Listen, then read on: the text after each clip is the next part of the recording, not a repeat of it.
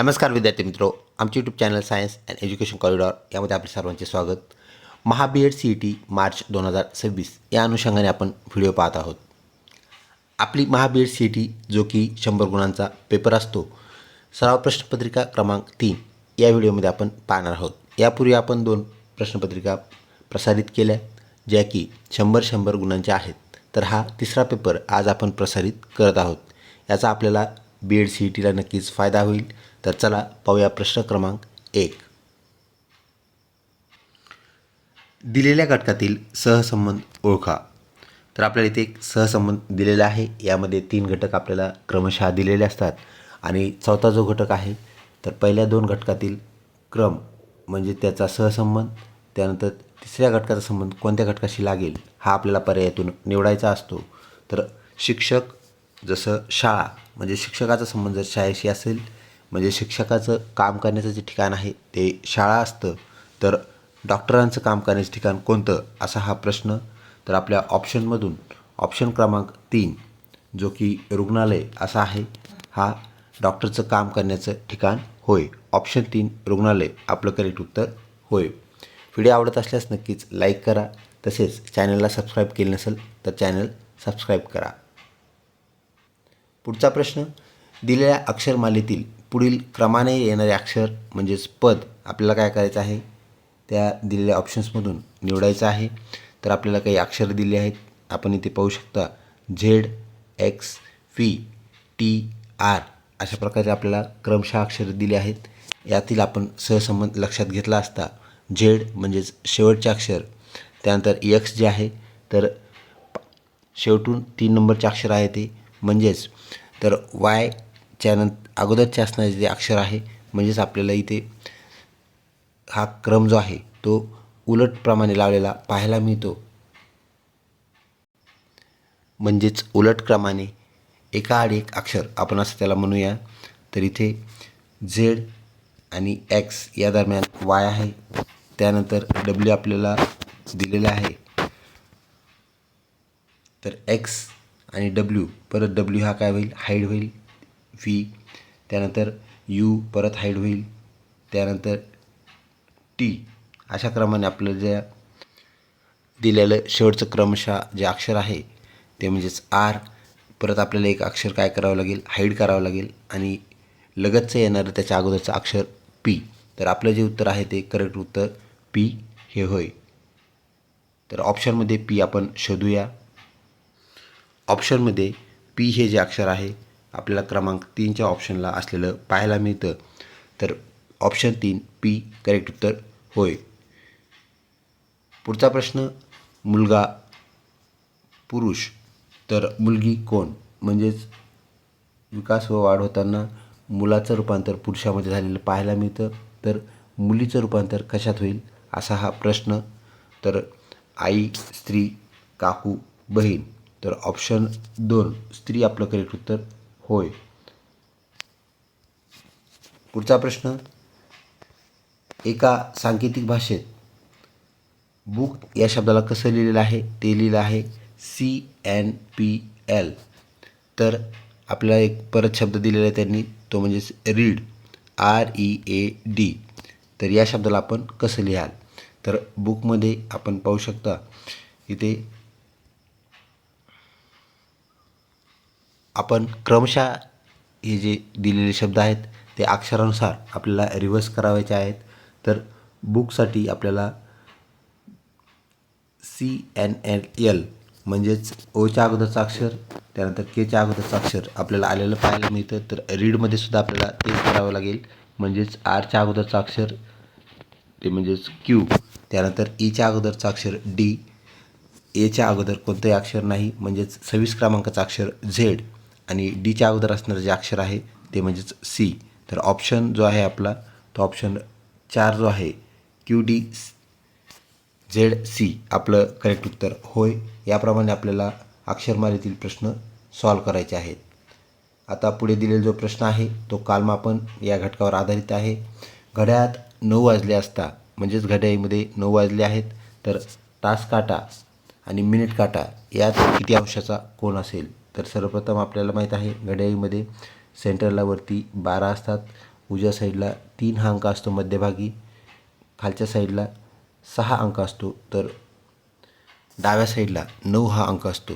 तर तासकाटा जो आहे तो जिथे जेवढे वाजले असतील त्या अंकावर असणार आहे. आपल्याला इथे 9 वाजले आहेत असं सांगण्यात आलं आहे, म्हणजेच तासकाटा जो आहे तो 9वरती आहे आणि 9 वाजले म्हणजेच मिनिट काटा तो 12वरती असणार आहे.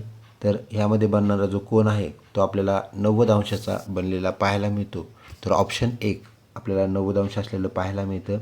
90 अंश करेक्ट उत्तर होय.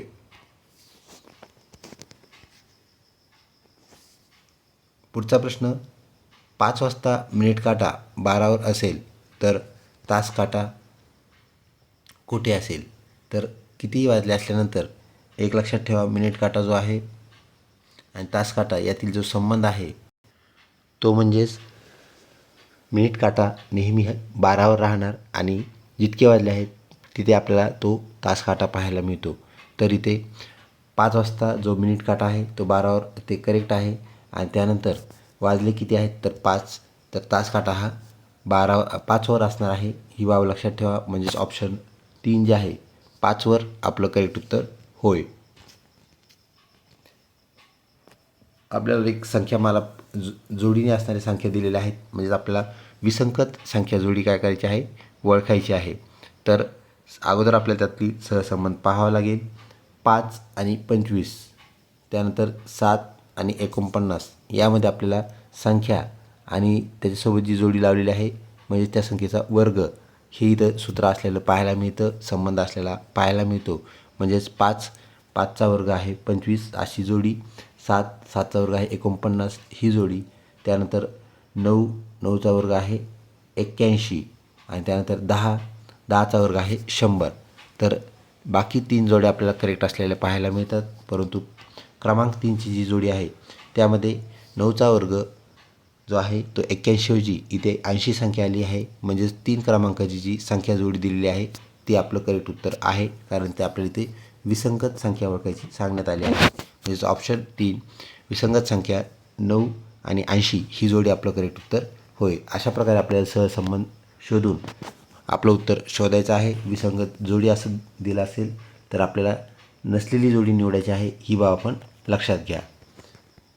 पुढचा प्रश्न, दिलेली मालिका आपल्याला जी दिलेली आहे त्यामध्ये अंकमालिका अक्षरमालिका ह्या 2 बाबी एकत्रितपणे आपल्याला इथे आलेल्या पाहायला मिळतात. तर इथे आपल्याला काय दिलेलं आहे ते आपण सर्वप्रथम पाहू.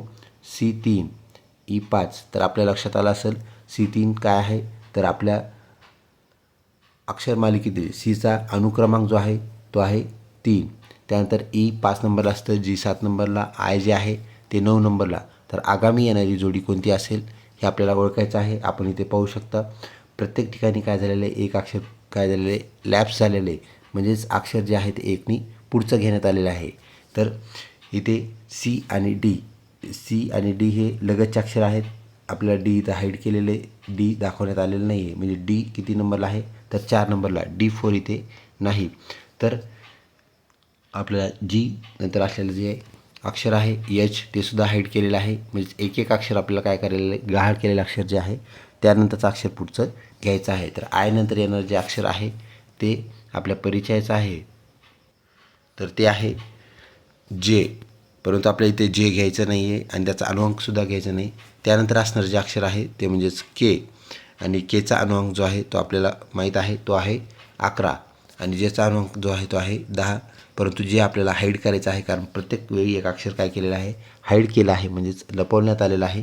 तर आपलं पुढचं आगामी येणारं जे नंतरचं अक्षर म्हणजेच के 11 आपलं करेक्ट उत्तर होय. तर के 11 आपल्याला ऑप्शन 2मध्ये पाहायला मिळते. तर चला पाहूया पुढचा प्रश्न. भारताचा संबंध जर दिल्लीसोबत असेल तर महाराष्ट्राचा संबंध कशासोबत असेल, असा एक सहसंबंध आपल्याला इथे दिलेला आहे. तर भारत आणि दिल्ली यातील सहसंबंध म्हणजेच भारताची राजधानीचं जे शहर आहे ते दिल्ली होय. तर हे राजधानीचं शहर आहे. तर महाराष्ट्र राज्याच्या राजधानीचं शहर कोणतं, असा हा सरळ सरळ प्रश्न पाहायला मिळतो, जो की सहसंबंध या घटकातून आलेला आहे. ऑप्शन 3 मुंबई ही महाराष्ट्राची राजधानी, तर मुंबई आपलं करेक्ट उत्तर होय. आणि नागपूर जे आहे आपलं उत्तर कशामुळे नाही, तर ती राजधानी नाही उपराजधानीचं शहर आहे. आणि इतर महानगर आपल्याला पाहायला मिळतात ऑप्शनमध्ये, त्यामुळे ऑप्शन 3 मुंबई आपलं करेक्ट उत्तर होय. पुढचा प्रश्न, राम हा श्यामपेक्षा उंच आहे. तर आता राम जो आहे तो श्यामपेक्षा उंच आहे म्हणजेच काय, तर रामसाठी आपण आर अक्षर घेऊया. तो उंच आहे कोणापेक्षा, तर श्यामपेक्षा. त्यानंतर पण विष्णूपेक्षा तो बुटका आहे. तर राम श्यामपेक्षा जरी उंच असला तर तो विष्णूपेक्षा काय आहे, बुटका आहे. त्यानंतर तर सर्वात उंच कोण आहे आपल्याला विचारलेलं आहे, सर्वात उंच कोण आहे. तर आपण पाहिलं राम कोणापेक्षा उंच होता, श्यामपेक्षा, परंतु तो बुटका होता विष्णूपेक्षा. म्हणजे रामपेक्षाही उंच कोण होतं, तर विष्णू. आणि श्याम तर ऑलरेडी रामपेक्षा बुटका आहे.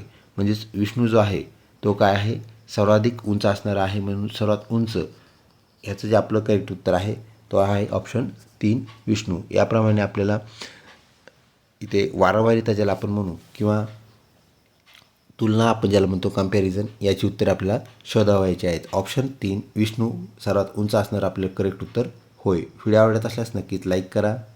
तसेच चॅनलला जॉईन करून आपण आम्हाला स्टार रेटिंग देऊ शकता, जेणेकरून आमचा उत्साह अजून वाढेल आणि आपल्याला अधिकाधिक चांगली प्रश्नावली आम्हाला सादर करता येईल. पुढचा प्रश्न, दिलेल्या अंकमालिकेत येणारी पुढील संख्या कोणती असेल. आपल्याला इथे एक अंकमालिका दिली, पाहूया काय सांगते अंकमालिका.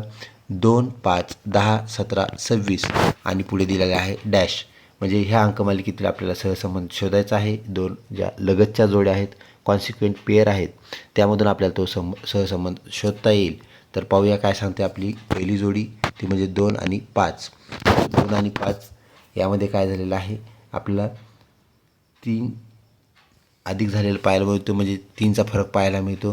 त्यानंतर 5 आणि 10, तर ह्यामध्ये आपल्याला परत एक फरक पाहायला मिळाला आहे, ते आहे 5चा फरक. त्यानंतर 10 आणि 17 फरक परत वाढलेला आहे 2ने, तो म्हणजेच 7ने वाढलेला आहे.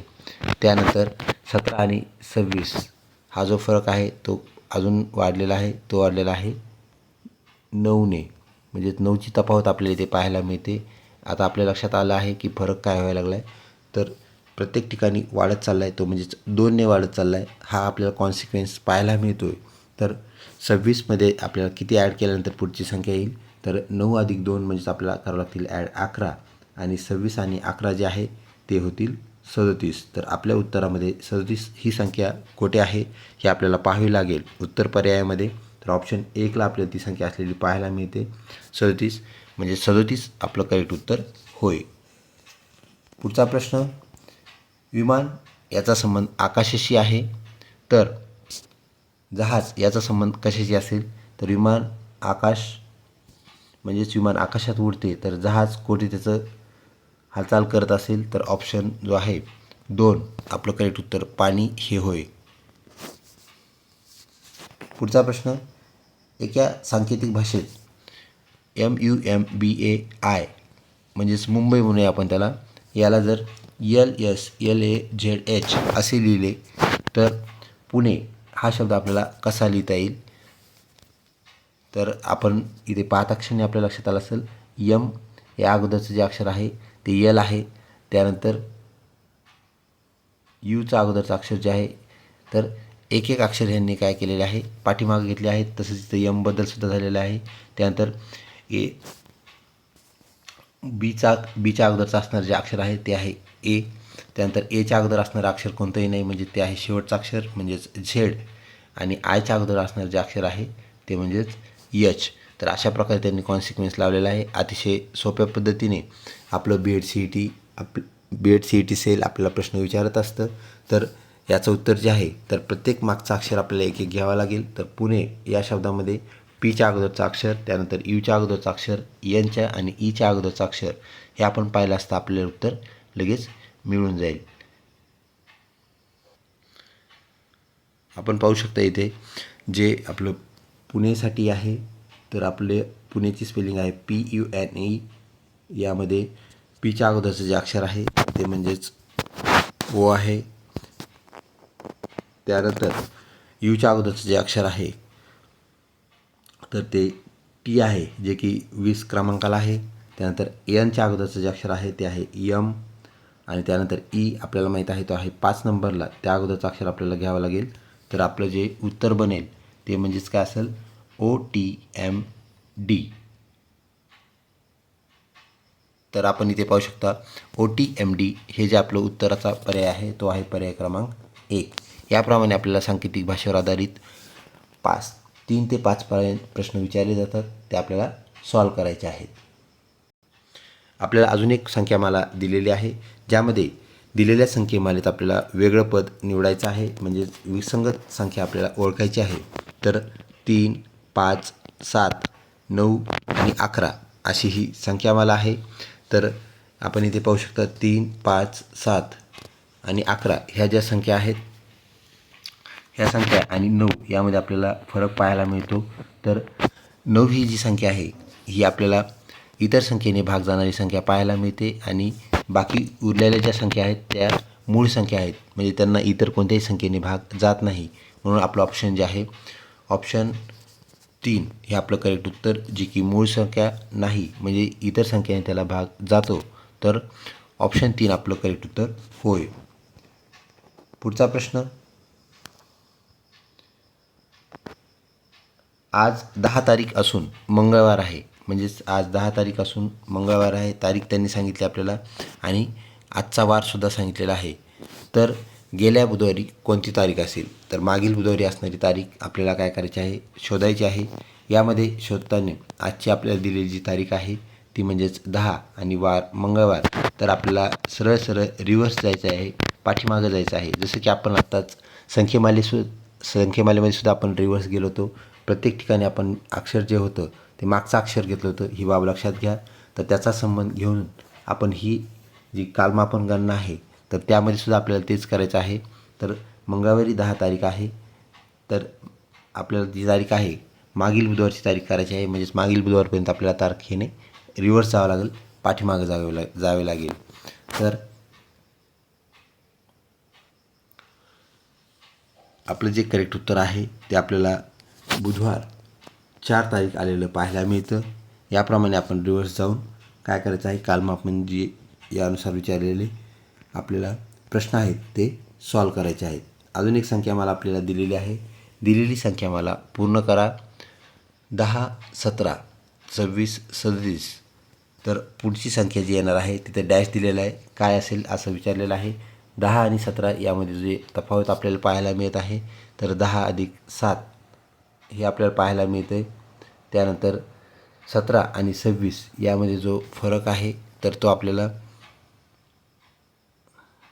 9चा फरक पाहायला मिळतो, म्हणजेच अधिक 9 झालेला आहे.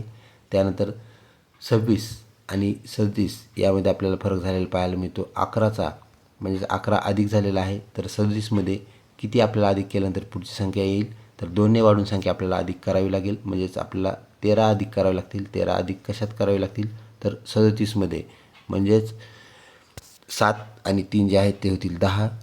त्यानंतर हातचा येईल इकडे 1 आणि 5, म्हणजे आपलं जे उत्तर येणार आहे ते 50 येणार आहे. तर 50 असलेलं जे उत्तर आहे ऑप्शन 2मध्ये आपल्याला करेक्टली पाहायला मिळतं, म्हणजेच ऑप्शन 2 50 आपलं करेक्ट उत्तर होय. पुढचा प्रश्न,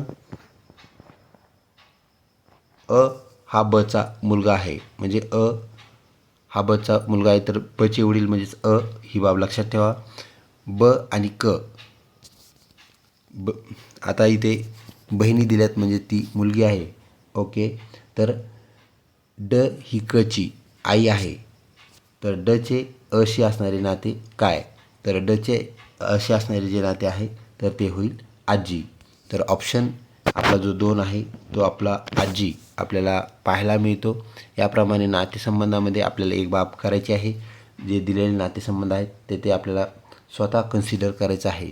म्हणजे स्वतः आपण त्या ठिकाणी जर असू तर आपल्यामध्ये असणारे जे नातेसंबंध आहेत त्यावर आपण जर कन्सिडर केलं तर याचं उत्तर आपल्याला लगेच करेक्टली फाइंड आउट करता येतं. तर येथे जे नातं आहे ते आपल्याला आजी हे नातं असलेलं पाहायला मिळतं. आजी नात आपण ज्याला म्हणत असतो. ऑप्शन 2 करेक्ट उत्तर होय.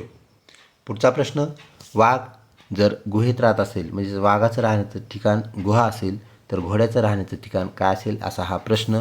तर आपणास घर व म्हणजे प्राणी व त्यांची राहण्याची घरे किंवा ठिकाण आपण ज्याला म्हणत असतो या संदर्भात माहिती असणं गरजेचं आहे.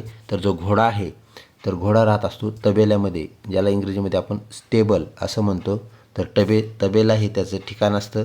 तर ऑप्शन 1 तबेला आपलं करेक्ट उत्तर होय. गाईसारखे जे प्राणी असतात ते गोठ्यामध्ये राहत असतात. माणसासारखे जे प्राणी आहेत तर ते घरामध्ये राहत असतात. आणि पाळीव पक्ष्यामध्ये पिंजऱ्यामध्ये राहणारे जे प्राणी आहेत तर पक्ष्यासारखे जे घटक आहेत ते आपण पिंजऱ्यामध्ये पाहत असतो. म्हणजेच काय, तर घोड्याचं राहण्याचं ठिकाण आपला सहसंबंध तबेला या घटकाशी लागलेला पाहायला मिळतो. ऑप्शन 1 करेक्ट उत्तर होय.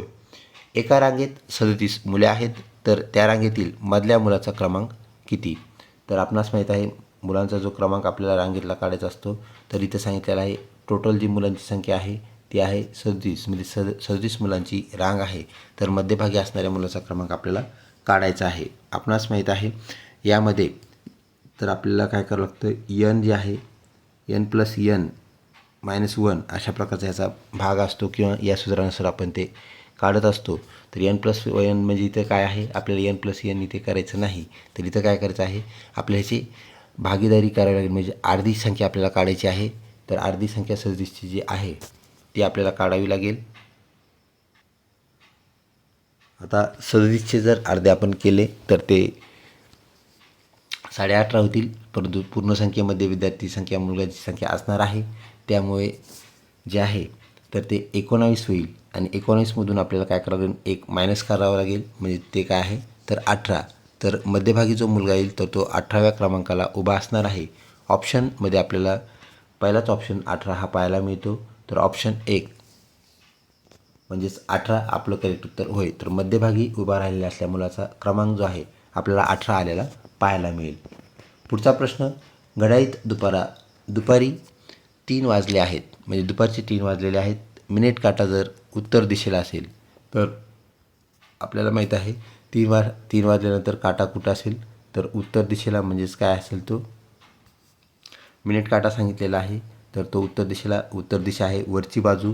त्यानंतर पूर्व दिशा जी आहे ती आहे उजव्या साईडची बाजू. त्यानंतर जिथे 6 अंक असतो ती आहे दक्षिण बाजू, आणि जिथे 9 अंक आहे तर ती आहे पश्चिम बाजू, म्हणजेच वेस्ट.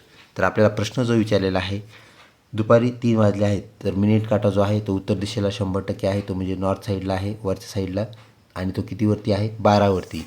त्यानंतर आपल्याला जी पुढची दिशा विचारलेली आहे, तर तास काटा जो आहे कोणत्या दिशेला आहे, तर आपण पाहू शकता नॉर्थ जर वरच्या साईडला असेल तर उजव्या साईडला आपल्याला ईस्ट म्हणजेच पूर्व दिशा पाहायला मिळेल. तर पूर्व दिशा आपलं करेक्ट उत्तर, जे की आपलं ऑप्शन 1ला पाहायला मिळतं. तर सर्वप्रथम आपण दिशाभान जे आहे त्यावरून काय करायचं आहे ते लक्षात ठेवायचं आहे. आपल्या मोबाईलच्या स्क्रीनवरती वरची साईड जी आहे ती नॉर्थ असते, त्यानंतर उजवी साईड जी आहे ती ईस्ट असते, त्यानंतर डावी साईड जी आहे आपल्या मोबाईलची किंवा आपला डावा हात ज्या साईडला आहे तो असतो वेस्ट, आणि खालच्या साईडला ते असतं साऊथ. तर हे घड्याळी संदर्भातसुद्धा तेच आहे, समुद्रासंदर्भातसुद्धा तेच आहे, किंवा नकाशा संदर्भातसुद्धा तेच आहे.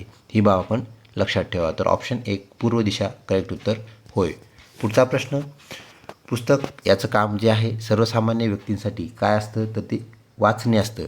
सर्वसामान्य व्यक्ती पुस्तक वाचत असतात. तर गाणे या संदर्भात व्यक्ती काय करतील असा हा प्रश्न आहे. तर व्यक्ती गाणे काय करतील, ऐकतील. ही बाब आपण लक्षात ठेवा. तर पुस्तक सर्वसाधारणपणे पुस्तक जे लिहित असतात ते लेखक लिहितात, सामान्य माणूस पुस्तक लिहित नाही.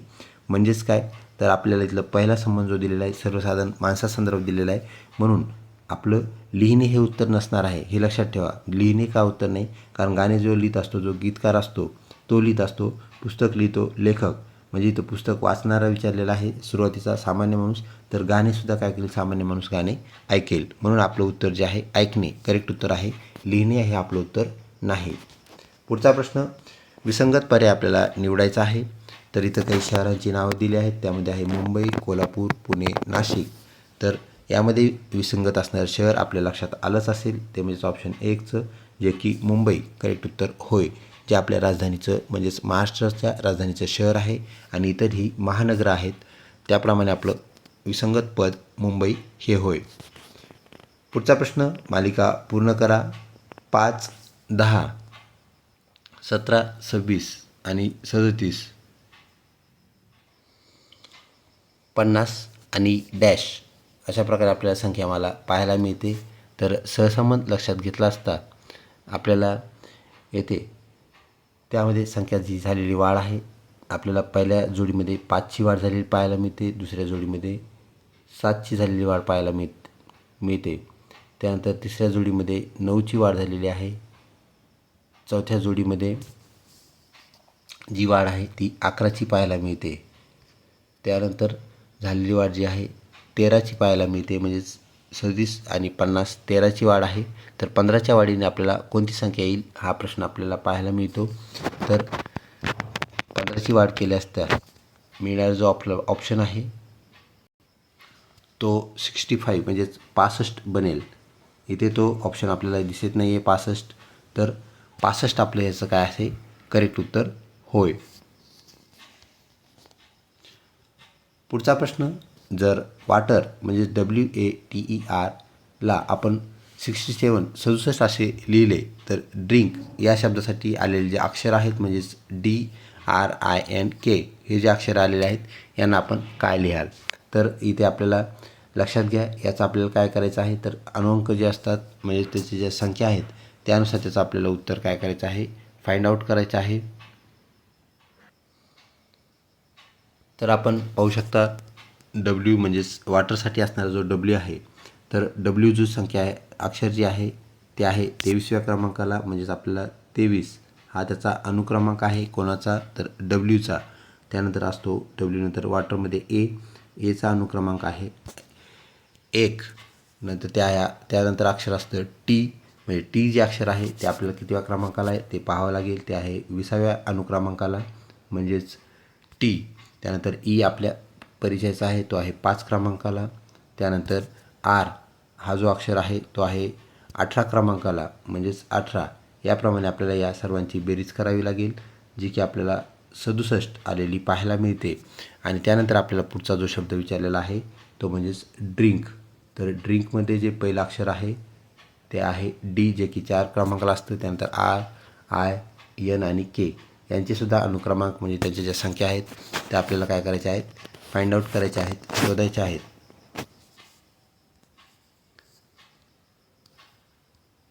त्याप्रमाणे आपलं उत्तर आपल्याला शोधता येईल. म्हणजेच आपल्याला अनुक्रमांक यावर आधारित त्याचे काय करायचे आहेत इथून आपल्या अल्फाबेट सिरीजमधून ते घ्यायचे आहेत. तर ड्रिंकमध्ये D जे आहे ते आहे 4 क्रमांकाला. त्यानंतर R जे आहे आत्ताच आपण R पाहिलेला आहे तो आहे 18 क्रमांकाला. त्यानंतर पुढचा जो आहे 9 क्रमांकाचा आपल्या परिचयाचा आहे तो आहे 9 क्रमांकाला. आणि त्यानंतर N जो आहे तर N 14 नंबरला आहे. आणि K जो आहे आपल्या परिचयाचा आहे K जो की आहे 11 नंबरला. तर ह्यांची आपण बेरीज करून घ्यायची आहे. त्याप्रमाणे आपल्याला आपलं उत्तर फाइंड आउट झालेलं पाहायला मिळेल. तर नंबर सिरीज आणि लेटर सिरीज यावरती आपल्याला भरपूर प्रश्न विचारलेले आपल्या BED CETमध्ये पाहायला मिळतात. याचा अधिकाधिक सराव आपल्याला करणं गरजेचं आहे आणि त्याप्रमाणे आपल्याला उत्तर फाइंड आउट होईल. तर इथे जे आहे आपल्याला उत्तर जे मिळते ते म्हणजेच 11 अधिक 14 ते झाले 25, 25 अधिक 9 तर ते होतील 34, 34 आणि 4 38 आणि 38मध्ये आपल्याला 18 काय करावं लागतील ॲड करावं लागतील. याप्रमाणे आपल्याला 56 उत्तर आलेलं पाहायला मिळेल जे की ऑप्शन 3मध्ये आहे. त्यानंतर पुढचा प्रश्न, नातेसंबंधात माझ्या आईच्या भावाचा मुलगा माझा कोण असेल. तर आईच्या भावाचा जो मुलगा आहे म्हणजेच आपल्या मामाचा मुलगा जो असतो तो आपला मामेभाऊ असलेला आपल्याला पाहायला मिळतो. विद्यार्थी मित्रो लक्षात ठेवा या नातेसंबंधमध्ये इथे काका जे आहे काका म्हणजेच वडिलांचे ते भाऊ असतात. तर वडील भाऊ आपण त्यांना म्हणूया. त्यानंतर पुतण्या, तर पुतण्या असतो आपल्या भावाचा मुलगा. त्यानंतर मावस भाऊ कोण असतो तर आपल्या मावशीचा मुलगा असतो, मावशीचा मुलगा. त्यानंतर मामेभाऊ जो आहे तर तो आपल्या मामाचा मुलगा असतो. तर इथे आपल्या आईच्या भावाचा मुलगा म्हणजेच मामाचा मुलगा असं विचारलेलं आहे. तर मामेभाऊ हे करेक्ट उत्तर होय. तर अशा प्रकारे आपल्याला नातेसंबंधातील प्रश्न सॉर्ट आऊट करायचे आहेत, त्याची उत्तरे शोधायची आहेत. पुढचा प्रश्न, आपल्याला घड्याळात काय दिलेले 10:15 झालेले आहेत. त्यानंतर घड्याळ आरशात पाहिल्यास किती वाजल्यासारखे आपल्याला दिसेल. तर आता आपल्याला घड्याळातील जी प्रतिमा पाहायची आहे ती पाहायची आहे आरशामध्ये. ही की बा आपण लक्षात घ्या, यावर आधारित प्रश्न आपण मागील जी आपली सराव प्रश्नपत्रिका झाली त्यामध्ये सुद्धा पाहिलेले आहेत. आरशातील जी प्रतिमा आहेत तर ती आपल्याला सुलट उलट झालेली पाहायला मिळते. म्हणजेच काय, जी डावी साईड जी आहे त्या वस्तूची ती आपल्याला उजवी दिसते आणि उजवी साईड डावी दिसते. तसेच पाण्यातील जर प्रतिमा असेल तर आपल्याला पाण्यातील प्रतिमा जी आहे ती उलटी झालेली पाहायला मिळते. जर पाण्यात जे प्रतिबिंब आहे ते पाहिल्यानंतर आपल्याला हे उलटं झालेलं पाहायला मिळतं. ही बाब आपण या अनुषंगाने लक्षात ठेवा. तर पाण्यातील प्रतिबिंब उलटे होते तर ह्याच्यातील आरशातील जे प्रतिबिंब आहे ते आपल्याला काय झालेलं पाहायला मिळते, उलट सुलट असं झालेलं पाहायला मिळतं. म्हणजे डावी बाजू म्हणजे लेफ्ट साईड आपण जर आरशामध्ये पाहिली तर ती राईटला दिसते आणि राईट साईड जी आहे ती लेफ्टला दिसते. त्याला उलट सुलट असं म्हटलं जातं. तर आपल्याला 10:15 ही जी वेळ आहे ती आपल्याला आरशात काय करायची आहे, पाहायची आहे.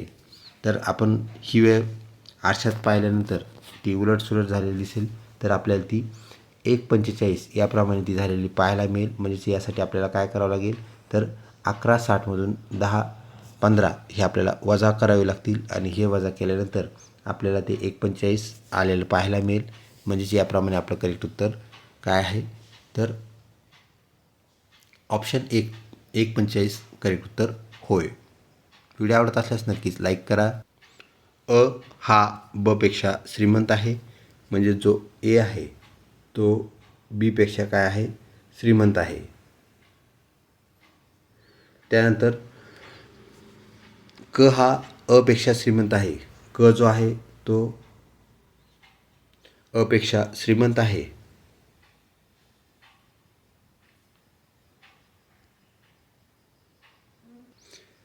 याला आपल्याला क्रमांकसुद्धा देता येतील.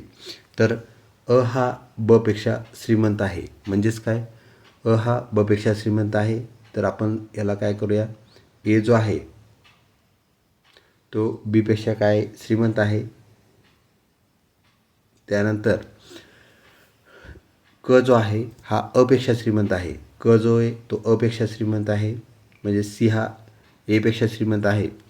तर ड हा क पेक्षा कमी श्रीमंत आहे.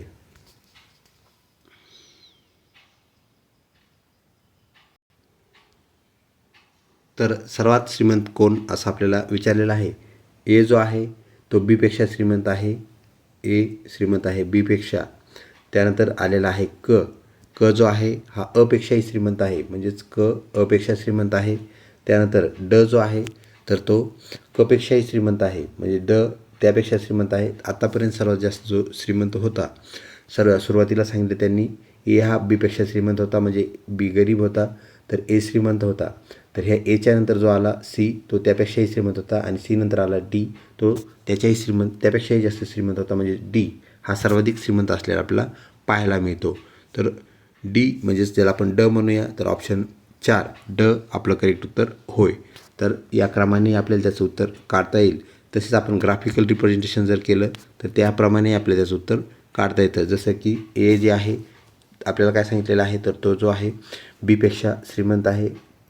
म्हणजेच आपल्याला जो ए आहे तो उंच, त्यानंतर बी, त्यानंतर ते आलेला जो आहे सी, त्याने सांगितलं की सी जास्त श्रीमंत आहे त्यापेक्षा, आणि नंतर परत सांगितलं की डी हा सीपेक्षा सुद्धा जास्त श्रीमंत आहे. त्यानुसार आपलं ड म्हणजेच डी सर्वाधिक श्रीमंत असलेला आपल्याला पाहायला मिळतो. ऑप्शन 4 ड करेक्ट उत्तर होय. पुढे आपल्याला एक संख्यामाला अक्षरमाला यावर आधारित प्रश्न दिलेला आहे. एका सांकेतिक भाषेत एला जर आपण अनुक्रमांक 1 दिला, बीला जर तो 2 दिला, सीला 3 दिला, तर आपल्याला FEED ज्याला आपण फीड असं म्हणतो, तर यासाठी आपल्याला कोणत्या अंकाची जोडी किंवा ग्रुपिंग आलेली पाहायला मिळेल ते सांगायचं आहे. तर आपल्या परिचयाचं आहे, एफ जे अक्षर आहे ते आहे 6 नंबरला, त्यानंतर ई जे अक्षर आहे ते आहे 5 नंबरला आणि डी अक्षर आपल्या परिचयाचं आहे ते आहे 4 नंबरला. तर यानुसार आपल्याला जे एफसाठी काय घ्यावं लागेल 6, त्यानंतर ईसाठी घ्यावं लागेल 5, परत एक ई आलेलं आहे त्यासाठी परत एक 5, आणि डी यासाठी आलेलं जे अक्षर आहे ते म्हणजेच कोणतं अक्षर, तर ते आहे 4. म्हणजेच 65-54 अशी आपली जोडी बनेल. तर 65-54 असलेली जी जोडी आहे किंवा ग्रुपिंग आहे ती आपल्याला क्रमांक 1च्या ऑप्शनमध्ये पाहायला मिळते. म्हणजेच 65-54 आपलं करेक्ट उत्तर होय. याप्रमाणे अंकमालिका, अक्षरमालिका, replacement of letter with number ही बाब आपल्याला पाहायला मिळते. ती अशी आपण सॉल्व करायची आहे. पुढचा प्रश्न, दिलेल्या संख्यापैकी विसंगत असणारी आपल्याला संख्या ओळखायची आहे. तर विसंगत संख्येमध्ये आपल्याला सर्वप्रथम संख्या पाहाव्या लागतील. 2, 3, 5, 7, 9, 11 आणि 13. ऑलरेडी यासारखे आपण 2 गणित यामध्ये पाहिलेले आहेत, जे की 9 ही संख्या आपल्याला इतर संख्येने म्हणजे 3 संख्येने भाग जाणारी पाहायला मिळते आणि इतर कोणत्याही संख्येला दुसऱ्या संख्येने भाग जाणार नाही, म्हणजेच ह्या मूळ संख्या आहेत. ही बाब आपण लक्षात ठेवा. तर 9 आपलं करेक्ट उत्तर असणार आहे. तर ते आहे ऑप्शन क्रमांक 2ला. व्हिडिओ आवडत असल्यास नक्कीच लाईक करा. मित्रपरिवारामध्ये शेअर करण्यास काहीच हरकत नाही. आता सकाळ झालेली आहे, म्हणजे सकाळचा संबंध संध्याकाळसोबत लागलेला आहे. तर उदय याचा संबंध कशाशी लागेल, तर आपण इथे पाहू शकता. आपल्याला हे ऑपोजिट असलेलं पाहायला मिळतं. म्हणजे सकाळ झाली तर संध्याकाळ होईल. त्यानंतर उदय म्हणजेच आपण ज्याला सूर्य उगवणे असं म्हणतो, सनराईज म्हणूया. तर सनराईजचा आपल्याला माहीत आहे सनसेट म्हणजे सूर्य मावळणे. तर सनराईजला जर उदय असेल तर सूर्य मावळणेला आपण सूर्यास्त असं म्हणत असतो किंवा मावळती असं म्हणतो. म्हणजेच ऑप्शन 3 आपलं करेक्ट उत्तर होय. त्यानंतर पुढचा प्रश्न, राम उत्तरेकडे 10 किलोमीटर गेला, मग डावीकडे वळून 4 किलोमीटर चालला आणि पुन्हा डावीकडे वळून 10 किलोमीटर चालला, तर तो सुरुवातीच्या ठिकाणापासून किती अंतरावर आहे. तर त्याने काय सांगितलेले आहे, तर राम जो आहे तो काय झाला, उत्तरेकडे म्हणजेच वरच्या बाजूला तो 10 किलोमीटर चाललेला आहे. 10 किलोमीटर गेला, त्यानंतर डावीकडे तो वळाला. रामची डावी साईड म्हणजेच आपल्या मोबाईलची सुद्धा डावी साईड, तर तो डावीकडे वळालेला आहे. डावीकडे वळून तो गेला आहे 4 किलोमीटर. त्यानंतर तो 4 किलोमीटर चालला, पुन्हा डावीकडे वळाला, म्हणजेच त्याची डावी साईड जी आहे, तर तो परत दक्षिणेला आपल्याला वळालेला पाहायला मिळतो. आणि दक्षिणेला वळल्यानंतर तो काय गेलेला आहे, परत तेच अंतर गेलेलं आहे. म्हणजे 10 किलोमीटर, हे अंतरसुद्धा 10 किलोमीटर होतं आणि हे सुद्धा अंतर 10 किलोमीटर होतं. तर तो सुरुवातीच्या ठिकाणापासून किती आहे, तर त्याचं डिस्प्लेसमेंट आपल्याला पाहायचं आहे. आणि डिस्प्लेसमेंट आहे हा एक पट्टा जो की वर ऑलरेडी आलेला आहे.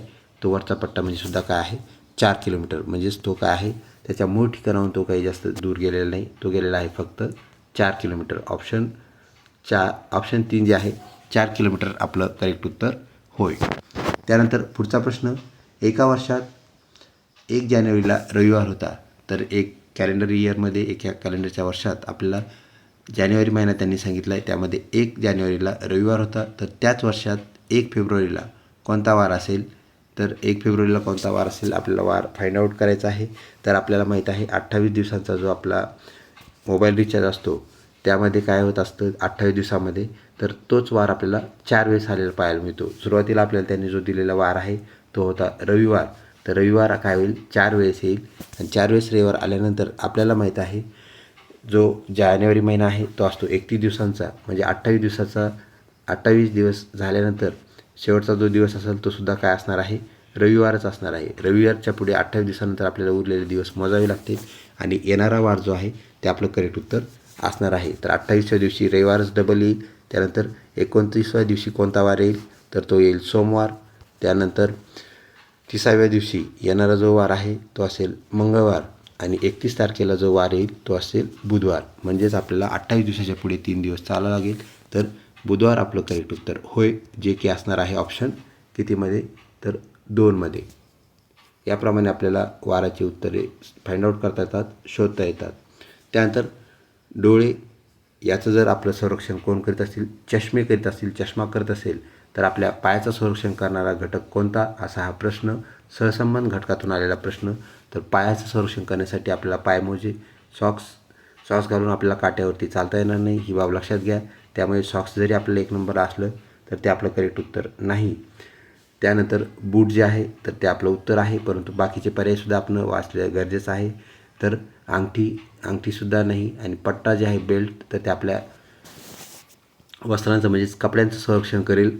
पॅन्ट घट्ट बसण्यासाठी आपण पट्ट्याचा वापर करत असतो. तर ऑप्शन 2 जो आहे आपल्या पायाचं पूर्णपणे संरक्षण करण्याचं काम कोण करेल, तर तो करेल बूट. म्हणजेच ऑप्शन 2 आपलं करेक्ट उत्तर होय.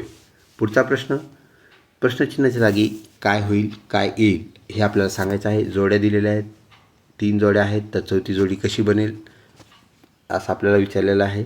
तर पहिली जी जोडी आहे तर 21 आणि 12 यामध्ये सहसंबंध आपल्याला पाहावा लागेल. तर इथं अल्टरनेशन ऑफ नंबर, तर ह्याच्यात जी संख्या जी आहे तर त्यामधले अंक जे आहेत ते अदलबदल झालेले आहेत. तर 12 आणि ह्याला काय केलं आहे त्यांनी, तर 21 केलं आहे. म्हणजेच 1 जो होता तो 2च्या जागी मांडला आहे, 2 जो होता तो 1च्या जागी मांडला आहे. म्हणजे संख्या आलटीपलटी झाली असं आपण म्हणूया.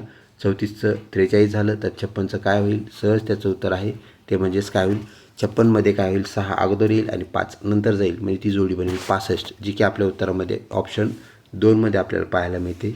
ऑप्शन 2 65 करेक्ट उत्तर होय. विसंगत ओळखायचे काही आपल्याला संज्ञा दिल्या आहेत, टर्म्स दिल्या आहेत. त्यामध्ये 3 संज्ञा सारख्या आहेत. विसंगतला लक्षात ठेवायचं 3 गोष्टी समान असणार आहेत. काहीतरी त्याच्यामध्ये एक प्रिन्सिपल असतं, तत्त्व असतं आणि त्यानुसार त्या 3 गोष्टी सारख्या असतात आणि एक गोष्ट मात्र भिन्न असते आणि भिन्न असलेली जी गोष्ट आहे ती आपली विसंगत गोष्ट असते. ही आपण बाब लक्षात ठेवा. याप्रमाणे आपल्याला विसंगत पद शोधायचं असतं. तर फुटबॉल, क्रिकेट, हॉकी, बुद्धिबळ. तर फुटबॉल जो आहे तो ग्राउंडवर खेळला जातो, क्रिकेटसुद्धा ग्राउंडवर खेळण्यात येतो. हॉकी ज्यामध्ये क्रिकेट इतकेच प्लेयर असतात म्हणजे 11 प्लेयर, तो पण ग्राउंडवर खेळला जातो. मात्र बुद्धिबळ जो आहे तो ग्राउंडवर खेळला जात नाही, तो आहे इनडोअर गेम. म्हणजेच काय, तर आपल्याला तो बैठे खेळ ज्याला आपण म्हणत असतो, तर बैठे खेळ असलेला पाहायला मिळतो. म्हणून आपलं जे उत्तर आहे ऑप्शन 3 आहे ते म्हणजेच बुद्धिबळ होय. त्यानंतर पुढचा प्रश्न, एका रांगेत क्ष जो आहे त्याला आपण इंग्रजीत एक्स असं म्हणत असतो. तर ELCTमध्ये त्याला एक्स म्हणून विचारलं आणि आपल्याकडे त्याला एक्सला क्ष म्हणून विचारलं. तर क्ष जो आहे क्रमांक पुढून 8व्या क्रमांकाला आहे आणि मागून 10व्या क्रमांकाला. तर आपले जे सूत्र आहे पहिलंच ते म्हणजे n + n - 1 याप्रमाणे आपल्याला ते उत्तर येणार आहे. तर आपल्याला 10 + 8 ते होईल 18 आणि त्यातून आपल्याला एक कमी करावं लागेल ते म्हणजे 17. तर 17 ऑप्शन असलेलं जे आपलं उत्तर आहे ते आहे ऑप्शन 1ला आपल्याला पाहायला मिळतं. म्हणजेच त्या रांगेमध्ये एकूण किती लोक आहेत, तर त्या लोकांची संख्या आहे 17. याप्रमाणे आपल्याला रांगेतील विद्यार्थी असो, लोक असो, त्यांची आपल्याला संख्या काढता येते किंवा क्रमांक काढता येतो. ऑप्शन 1 17 आपलं करेक्ट उत्तर होय. पुढचा प्रश्न, जर कॅट म्हणजे CAT हा जो शब्द आहे तो 24ने आपण दर्शवला, डॉग म्हणजे DOG हा 26ने दर्शवला, तर RAT रॅट हा शब्द आपल्याला कोणत्या संख्येने दर्शवता येईल, म्हणजेच कोडिंग डिकोडिंग संख्यात्मक आपण त्याला रचना म्हणत असतो, सांकेतीकरण विसंकेतीकरण असं आपण त्याला म्हणत असतो. तर कॅटमध्ये आपल्याला माहीत आहे C म्हणजेच अक्षर क्रमांक 3, A म्हणजे अक्षर क्रमांक 1 आणि T म्हणजे अक्षर क्रमांक किती आहे, तर तो आहे अक्षर क्रमांक 20. म्हणजेच आपल्याला त्याची बेरीज करायची आहे. तर कॅटमध्ये असणारे अक्षर जे 3 आहेत तर ते 3, 1 आणि 20 असं सूत्र बनलं. त्यानंतर सूत्र बनावं लागेल डॉगचं. तर डॉग जो आहे त्यामध्ये अक्षर पहिलं जे आहे 4, त्यानंतर अक्षर जे आहे O ते आहे 15 नंबरला, त्यानंतर G जे आहे तर ते आपल्या परिचयाचं आहे ते आहे 7 नंबरला. याप्रमाणे त्याची संख्या बनली. तर आपल्याला काढायचं आहे रॅट. तर रॅट याचा क्रमांक किती बनेल ह्यांची बेरीज करून क्रमांक बनवायचा आहे, ही बाब लक्षात घ्या. तर रॅटचं पहिलं जे अक्षर आहे ते आहे R, ते आहे 18 नंबरला. म्हणजे रॅटसाठी आपल्याला आधी 18 घ्यावं लागेल. त्यानंतर A आपल्या परिचयाचं आहे ते आहे 1 नंबरला आणि त्यानंतर आहे T जे की आहे 20 नंबरला. कॅटमध्ये सुद्धा ते आलं 20 नंबरला. तर 18 त्यानंतर 1 आणि 20 याची आपल्याला बेरीज करावी लागेल. तर 18 आणि 1 19, 19 आणि 20 जे आहेत ते असते ते होतील 39 म्हणजे 39. तर 39 क्रम आपल्याला काय दाखवेल, ही संख्या आपल्याला रॅट हा शब्द संख्येताईच झालेला पाहायला मिळेल. तर ऑप्शन 1 39 आपलं करेक्ट उत्तर होय. पुढचा प्रश्न जो की कालगणनेवर आधारित दिलेला आहे, त्यामध्ये 10 वर्षापूर्वी एका मुलाचे वय जे आहे तर ते किती होते. 10 वर्षापूर्वी त्याचे वय 5 वर्ष होते. म्हणजेच एक मुलगा आहे त्याला आपण बॉयसाठी B गृहीत धरूया. तर बॉय जो आहे त्याचं वय 10 वर्षापूर्वी किती होतं, तर 5 वर्ष. म्हणजे 10 वर्ष जे आहे 10 वर्षापूर्वी म्हणजे आपल्याला वापस जावं लागेल, रिटर्न जावं लागेल. 10 वर्षापूर्वी गणना झाली, त्याचं वय होतं 5 वर्ष. म्हणजे आपण वापस गेलेले रिटर्न गेलेले 10 वर्ष आणि त्याचं वय त्यावेळेस होतं 5 वर्ष. त्याची आपल्याला बेरीज करावं लागेल. तर आजपासून 5 वर्षानंतर त्याचे वय किती असेल, तर त्याचं वय आज किती आहे, 15 आहे. नंतर आपल्याला थोडं पुढं पण जायचं सांगितले. तर 15 अधिक आपल्याला काय करावं लागेल, 5 करावं लागेल आणि हे जर केलं तर आपलं येईल 20, जे की 20 हे उत्तर आपल्याला ऑप्शन 2मध्ये पाहायला मिळतं. म्हणजे ऑप्शन 2 20 त्याचं करेक्ट उत्तर होय. आता एक बाब लक्षात घ्या, पाठीमागं जायचं म्हणजेच ते मागील वय आपल्याला काय करावं लागतं, गणना करावं लागते आणि पुढे नंतर त्याचं वय किती होईल असं जर विचारलं तर त्यामध्ये आपल्याला अधिक करावं लागतं. यानुसार आपल्याला त्याचं उत्तर मिळतं. ऑप्शन 2 20 करेक्ट उत्तर होय. पुढचा प्रश्न विसंगत घटक ओळखा. एक परत आपल्याला फाइंड ऑड मॅन आउट दिलेला आहे. त्यामध्ये आहे पेन्सिल, त्यानंतर पेन, पेन्सिल, खडू आणि रबर, ज्याला आपण खोड रबर असं म्हणतो. तर पेनचं काम लिहिण्याचं आहे, पेन्सिलचं काम पण लिहिण्याचं आहे, खडूचं काम पण लिहिण्याचं आहे, ते फळ्यावर लिहितो. तर याप्रमाणे रबर हा शब्द जो आहे तो वेगळा आपल्याला असलेला पाहायला मिळतो, कारण रबरचं काम लिहिण्याचं नाही, ते काम आहे इरेज करण्याचं किंवा पुसण्याचं काम. तर डस्टर आणि रबर सारखं काम करतील, परंतु आपल्याला इथं दिलेले 3 घटक लिहायचे घटक आहेत, ते म्हणजेच काय, पेन, पेन्सिल, खडू. तर रबर हे त्याचा विरोधाभासात्मक घटक आहे. तर ऑप्शन 3 करेक्ट उत्तर होय. पुढचा प्रश्न, समीर म्हणाला तो मुलगा माझ्या वडिलांच्या एकुलते एक मुलाचा मुलगा आहे, तर समीरचे त्या मुलाशी नाते काय? समीर काय म्हटला, समोरचा जो मुलगा आहे त्यासाठी पण आपण बी गृहीत धरू. तर तो जो मुलगा आहे तो माझ्या वडिलांचा, म्हणजे समीरच्या वडिलांचा, समीरचे फादर यांच्या एकुलत्या एक मुलाचा, फादरला एकुलता एक मुलगा म्हणजे मग तो झाला परत समीर. तर त्याच्या फादरच्या मुलाच्या मुलगा आहे, म्हणजे तो पण काय होईल, मग समीरचा मुलगा होईल, म्हणजे सन होईल. तर समीरचा सन म्हणजेच काय, तर सन म्हणजे मुलगा, म्हणजेच त्याचे ते कोण होतील, तर ते होतील फादर. म्हणजेच समीरसुद्धा त्या मुलाचा कोण होईल, फादर होईल, तर वडील होईल. ही बाब आपण याप्रमाणे सॉल्व करायची आहे. तर आपल्याला समीर जो आहे, समीरच्या जागी आपण स्वतःला मानायचं आहे. त्या समीरचे वडील म्हणजे ते आपलेही वडील, त्या वडिलांचा तो काय आहे, मुलाचा मुलगा आहे, त्याचा मुलगा होईल समीर, आणि मुलाचा मुलगा म्हणजे मग समीरचा मुलगा. याप्रमाणे आपल्याला समीर हा त्या मुलाचा वडील म्हणजेच फादर झालेला पाहायला मिळेल. तर फादर म्हणजेच वडील इथे आपलं करेक्ट उत्तर होय. पुढचा प्रश्न, जो की कुठली पूर्वसूचना न देता आपलं CET सेल कंटिन्यू, त्याला प्रश्न क्रमांक 41 देतं, जे की जनरल नॉलेज या घटकातून असतो. तर 41 क्रमांकाचा जो प्रश्न आहे, महाराष्ट्राचे मॅचेस्टर कोणत्या शहराला म्हणतात जिथे वस्त्रोद्योग चालतो? तर ऑप्शन 3 इचलकरंजी हे महाराष्ट्राचे मॅचेस्टर होय. पुढचा प्रश्न, शिक्षण दिन भारतात कोणाच्या जन्मदिनानिमित्त साजरा केला जातो? प्रश्न व्यवस्थित वाचणं क्रमपात आहे, गरजेचं आहे. तर इथं शिक्षक दिन दिलं नाही, शिक्षण दिन आहे हे लक्षात घ्या. आणि शिक्षण दिन म्हणजे आहे एज्युकेशन डे. तर हा एज्युकेशन डे आहे. एज्युकेशन डे जो आहे तर डॉक्टर सर्वपल्ली राधाकृष्णन यांच्या नावे तो येणार नाही, ही बाब लक्षात घ्या. त्याला आपण शिक्षक दिन म्हणतो. शिक्षक दिन वेगळा, शिक्षक दिन म्हणजेच काय, तर टीचर्स डे वेगळा आहे, आणि शिक्षण दिन, एज्युकेशन दिन वेगळा आहे. तर पाहूया एज्युकेशन दिन आपल्याला काय सांगतो. तर याचे पर्याय जे आहेत, डॉक्टर राधाकृष्ण सर्वपल्ली हे नाही आहे, त्यानंतर मौलाना अबुल कलाम, त्यानंतर महात्मा गांधी आणि सावित्रीबाई फुले. तर ऑप्शन 2 मौलाना अबुल कलाम आपलं करेक्ट उत्तर, जो की शिक्षण दिन यांच्या जन्मदिना दिवशी म्हणजेच मौलाना अबुल कलाम यांचा जन्मदिन हा शिक्षण दिन म्हणून साजरा केला जातो. ऑप्शन 2 करेक्ट उत्तर होय. पुढचा प्रश्न, मनाचे श्लोक ही रचना कोणाची आहे? तर मनाचे श्लोक हे लिहिले आहेत संत रामदास यांनी. ऑप्शन 3 संत रामदास करेक्ट उत्तर होय. पुढचा प्रश्न, वर्ष 2026चा म्हणजे चालू वर्षाचा अंडर-19 क्रिकेट वर्ल्ड कप कोणत्या संघाने जिंकला आहे? तर अंडर-19 क्रिकेट जो वर्ल्ड कप आहे तो भारत म्हणजेच भारताच्या टीमने जिंकला आहे, भारत देशाने जिंकला आहे. ऑप्शन 1 करेक्ट उत्तर होय. पुढचा प्रश्न, आशिया खंडातील सर्वात श्रीमंत व्यक्ती कोण? ऑप्शन 1 मुकेश अंबानी, 2 अनिल अंबानी, 3 अजीज प्रेमजी आणि 4 राहुल बजाज. ऑप्शन 1 जो आहे मुकेश अंबानी आपलं करेक्ट उत्तर होय. तर आशिया खंडातील ते आजतागायत श्रीमंत असलेले व्यक्ती आपल्याला पाहायला मिळतात. ऑप्शन 1 करेक्ट उत्तर होय. पुढचा प्रश्न, कोणत्या क्रिकेट संघाने वुमन प्रीमियर लीग 2026 म्हणजेच यावर्षीचं वुमन प्रीमियर लीग कुणी जिंकलेलं आहे? तर जसं IPL आहे त्याप्रमाणे महिला क्रिकेटसुद्धा आपल्याला प्रीमियर लीगमध्ये भारतामध्ये सुरू झालेलं पाहायला मिळतं. तर ज्या आपण WPL असं म्हणत असतो, ते कुणी जिंकलं किंवा त्याचा किताब कुणी जिंकला असा हा प्रश्न.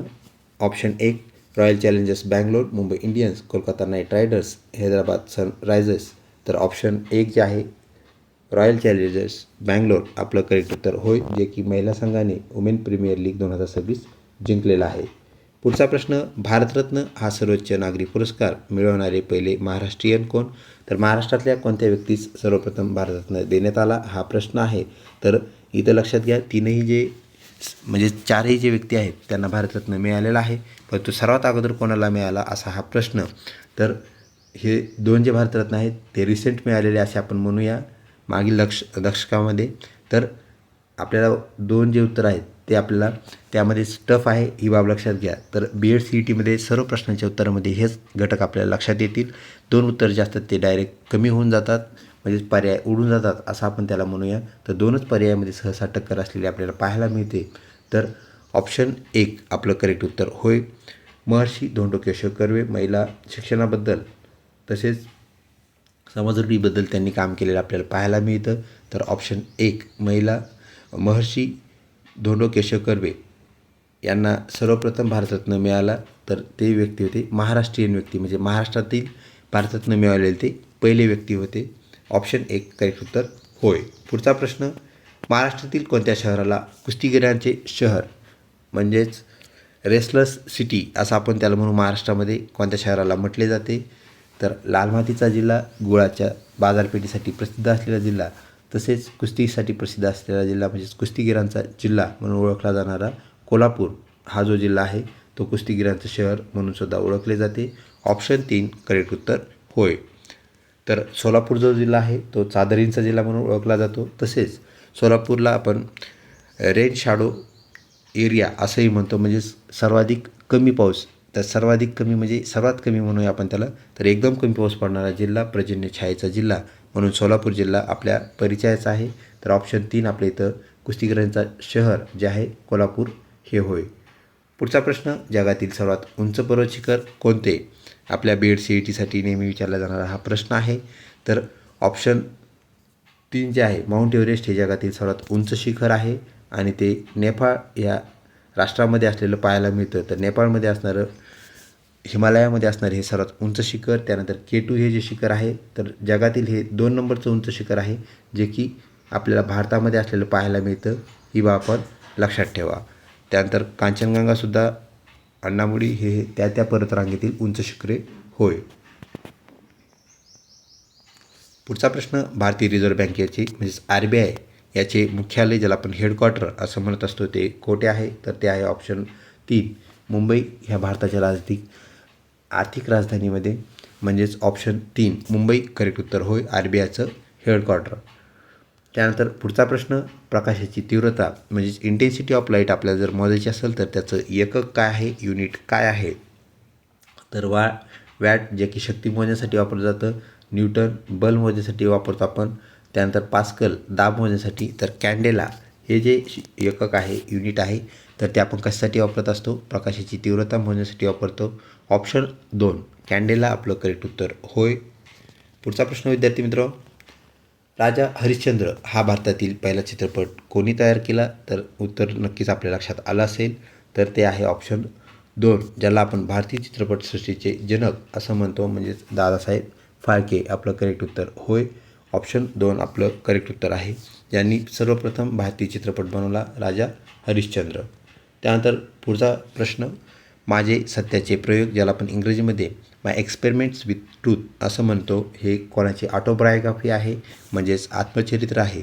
तर ऑप्शन 2 महात्मा गांधी यांचं ते आत्मचरित्र होय माझे सत्याचे प्रयोग. ऑप्शन 2 करेक्ट उत्तर होय. पुढचा प्रश्न, क्षेत्रफळाच्या दृष्टीने जगातील सर्वात मोठा देश कोणता आहे म्हणजेच which is largest country in India according to area असा हा प्रश्न. तर ऑप्शन 3 रशिया आपलं करेक्ट उत्तर होय. पुढचा प्रश्न, महाराष्ट्र शासनाच्या साहित्य कृतीसाठी दिला जाणारा साहित्यभूषण पुरस्कार 2026 म्हणजेच करंट पुरस्कार विचारण्यात आलेला आहे. तो कोणाला प्रदान करण्यात आला, देण्यात आला? तर ऑप्शन 2 भालचंद्र नेमाडे कोसला या कृतीसाठी त्यांना हा पुरस्कार देण्यात आला. ऑप्शन 2 आपलं करेक्ट उत्तर होय. पुढचा प्रश्न, शरीरात रक्ताभिसरणाचे कार्य कोणत्या अवयवामार्फत पूर्ण केले जाते, चालवले जाते, चालते? तर रक्ताभिसरण हे करणारा अवयव कोणता असा हा प्रश्न.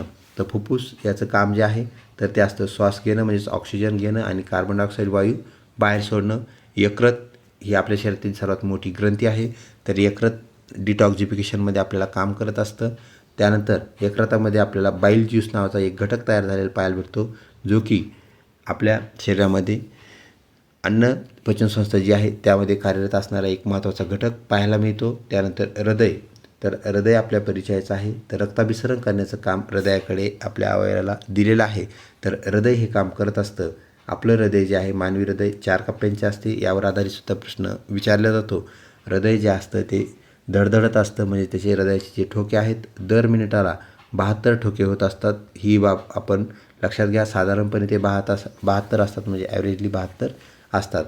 तर ऑप्शन 3 हृदय आपलं करेक्ट उत्तर आहे. मेंदू, जो की आपल्या पूर्ण शरीराला चालवत असतो, म्हणजे मानवी शरीर नियंत्रित करणारा अवयव कोणता, असा जर प्रश्न आला तर तो आहे मेंदू. तर ऑप्शन 3 हृदय करेक्ट उत्तर होय. पुढचा प्रश्न, जागतिक आरोग्य दिन कधी साजरा केला जातो? तर आपण वर्ल्ड हेल्थ ऑर्गनायझेशन ज्याला म्हणत असतो, याच्या निर्देशानंतर साजरा केलेला जागतिक आरोग्य दिन कधी असतो, असा हा प्रश्न होय. तर ऑप्शन 4 7 एप्रिल आपलं करेक्ट उत्तर आहे. 5 जून हा आपण जागतिक पर्यावरण दिन म्हणून, तर 1 डिसेंबर जागतिक एड्स दिन म्हणून आपण साजरा करत असतो. तर ऑप्शन 4 7 एप्रिल करेक्ट उत्तर होय. पुढचा प्रश्न, नोबेल पुरस्कार मिळवणारे पहिले भारतीय कोण? तर रवींद्रनाथ टागोर यांना त्यांची जी कृती आहे, ज्याला आपण कलाकृती म्हणूया, म्हणजेच गीतांजली, यासाठी त्यांना हा पुरस्कार मिळाला. साहित्यातील नोबेल पुरस्कार मिळाला.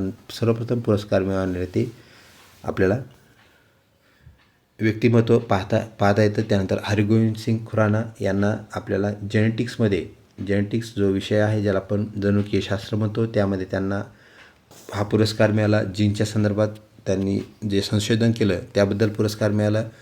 1979 साली मदर तेरेसा यांना शांततेचा नोबेल मिळाला. तर CV रमन यांना आपल्याला त्यांचा जो एक्सपेरिमेंट आहे डिफ्रॅक्शन ऑफ लाईट, यासाठी पुरस्कार मिळालेला पाहायला मिळतो. पण सर्वप्रथम 1913ला जो मिळाला तो रवींद्रनाथ टागोरांना मिळाला. ऑप्शन 2 करेक्ट उत्तर होय. पुढचा प्रश्न, महाराष्ट्रातील कोणत्या जिल्ह्याला ज्वारीचे कोठार असे म्हणतात? आताच आपण पाहिलेला चादरींचा जिल्हा, पर्जन्य छायेचा जिल्हा, तर सर्वाधिक ज्वारी तयार करणारा सुद्धा जिल्हा म्हणजे सोलापूर आपलं करेक्ट उत्तर होय. त्यानंतर पुढचा प्रश्न, आझाद हिंद सेनेची स्थापना कोणी केली? तुम मुझे खून दो मैं तुम्हें आझादी दूंगा असं ठणकावून सांगणारे श्री सुभाषचंद्र बोस आपलं करेक्ट उत्तर होय. त्यांनी आझाद हिंद सेनेची स्थापना केली. ऑप्शन 2 करेक्ट उत्तर.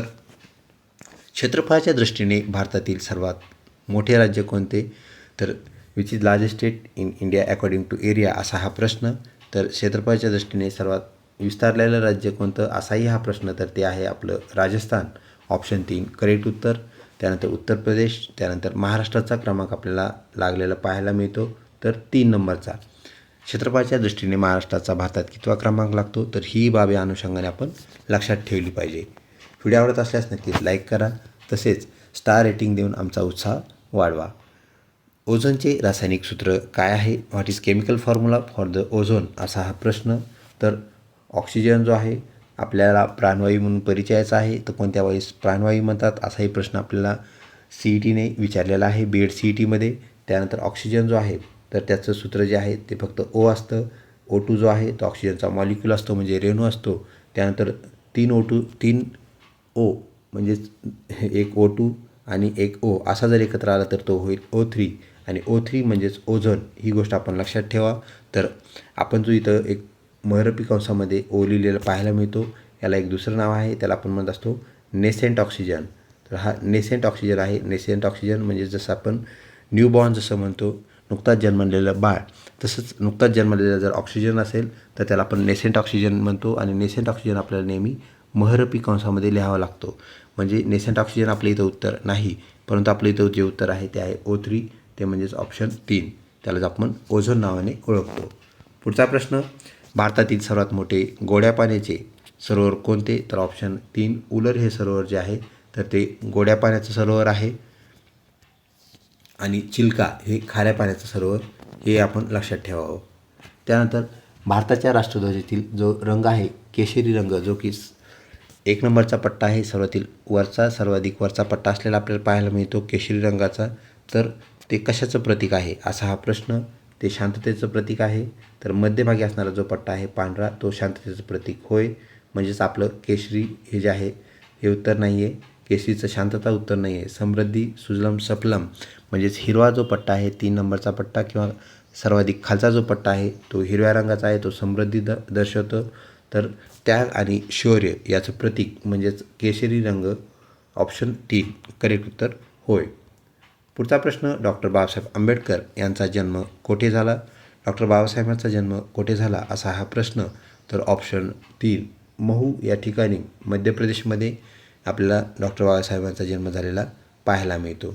तर इथं दुसरे जे 2 ऑप्शन आहेत तर मुंबई आणि नागपूर हेही आपल्याला उत्तर वाटू शकतं, परंतु लक्षात ठेवा ऑप्शन 3 महू मध्य प्रदेश करेक्ट उत्तर होय. पृथ्वी स्वतःभोवती फिरते या क्रियेला काय म्हणतात? तर पृथ्वी स्वतःभोवती फिरते याला आपण परिवलन असं म्हणतो. परिवलन म्हणजेच काय? स्वतःच्या अक्षाभोवती पृथ्वीचं फिरणं. आणि परिभ्रमण जे आहे तर स्वतःभोवती फिरता फिरता पृथ्वी काय करत असते तर ती सूर्याभोवतीसुद्धा फिरते. आणि सूर्याभोवती फिरण्याची तिची गती आहे तिला इंग्रजीमध्ये आपण म्हणतो रिव्होल्यूशन. तर रिव्होल्यूशनचा पिरियड जो आहे तो वेगळा आहे. आणि जे परिवलन आहे तर त्याचा पिरियड जो आहे त्याला आपण तो काय आहे तर त्याला आपण रोटेशन असं म्हणत असतो. तर रोटेशन जे आहे ते स्वतःभोवती आहे, त्याला 24 तास लागतील. स्वतःभोवती फिरता फिरता पृथ्वी रिव्होल्यूशन करत असते तर त्याला 24 तास लागत नाहीत, त्याला लागतील 365 दिवस आणि काही तास. त्यानंतर ते 365 दिवस आणि काही जे तास आहेत 4 तास, तर त्याचे आपल्याला 366 दिवस झालेले पाहायला मिळतील. तर ज्या वर्षी पृथ्वीला एक फेरी पूर्ण करण्यासाठी सूर्याला 366 दिवस लागतील तर त्या वर्षाला आपण म्हणत असतो लीप इयर. ही बाब आपण या अनुषंगाने लक्षात ठेवा. तर लीप इयर 366 दिवसांचे असते. त्यानंतर आपला पुढचा प्रश्न, रक्तातील साखरेचे प्रमाण नियंत्रित करणारा घटक कोणता? म्हणजे असं कोणता घटक आहे आपल्या रक्तामध्ये जो आपला ब्लड शुगर मेंटेन ठेवतो, कंटिन्यू ठेवतो? तर तो आहे ऑप्शन 1 इन्शुलिन घटक. तसेच आपल्या परिचयाचा जो घटक आहे हिमोग्लोबिन, ज्याला आपण HB असं म्हणत असतो. त्यानंतर लोह जे की आयरन आहे. त्यानंतर कॅल्शियम हा घटकसुद्धा आपल्याला शरीरात आवश्यक आहे. आपल्याला 18 मिनरल्स लागतात, त्यापैकी हे घटक होय. तर इन्शुलिन आपला साखरेचं प्रमाण काय करत असतं नियंत्रित ठेवतं. हे जर प्रमाण बिघडलं, इन्शुलिन कमी जास्त जर तयार झालं, त्याप्रमाणे आपल्याला साखर शरीरात कमी होणे किंवा जास्त होणे पाहायला मिळते. 2 प्रकारचे डायबिटीज आपल्याला पाहायला मिळतात. त्यामध्ये डायबिटीज मॅलिटस व डायबिटीज इन्सिपिडस, ज्याला आपण लो शुगर आणि हाय शुगर असं म्हणत असतो, ते मेंटेन कोण करतं? तर ऑप्शन 1 इन्शुलिन. पुढचा प्रश्न, महाराष्ट्रातील कोणत्या विभागाला मराठवाडा असे म्हणतात? तर ऑप्शन जो 3 आहे छत्रपती संभाजीनगर विभाग, याला आपण मराठवाडा विभाग म्हणून ओळखतो. पुढचा प्रश्न, भारताचे विद्यमान राष्ट्रपती कोण आहेत? म्हणजेच who is the current president of India असा हा प्रश्न. तर श्रीमती द्रौपदी मुर्मू आपलं करेक्ट उत्तर होय. त्या भारताच्या सध्याच्या कार्यरत असणाऱ्या राष्ट्रपती होय. ऑप्शन 2 आपलं करेक्ट उत्तर आहे. पुढचा प्रश्न आणि नियमाप्रमाणे हा आपला GK या घटकातील शेवटचा प्रश्न म्हणजे 70 क्रमांकाचा प्रश्न. संत ज्ञानेश्वरांनी त्यांचा जो ग्रंथ आहे ज्ञानेश्वरी हा कोणत्या ठिकाणी लिहिला असा हा प्रश्न.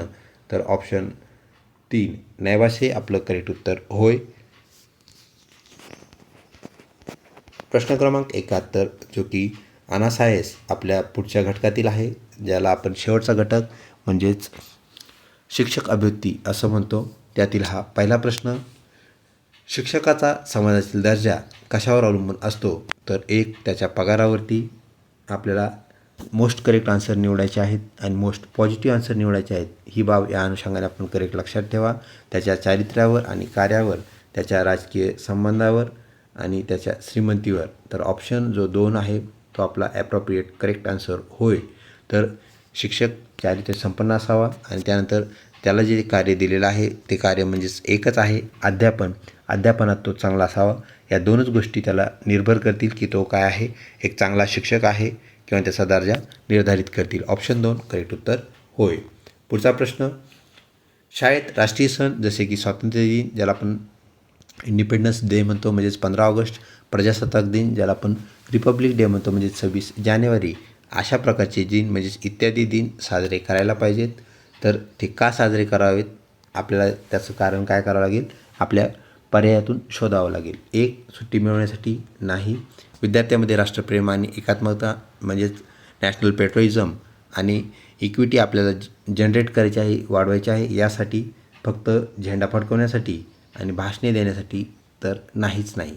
ऑप्शन 2, विद्यार्थ्यांमध्ये आपल्याला राष्ट्रप्रेम जागृत करणं गरजेचं आहे. त्यानंतर एकात्मता वाढवण्यासाठी सुद्धा आपल्याला या राष्ट्रीय सणांची, राष्ट्रीय दिनांची गरज आहे आणि हे साजरे करण्यामागचा मुख्य उद्देश राष्ट्रप्रेम जागृत करणे आणि एकात्मता वाढवणे हे होय. ऑप्शन 2 करेक्ट उत्तर.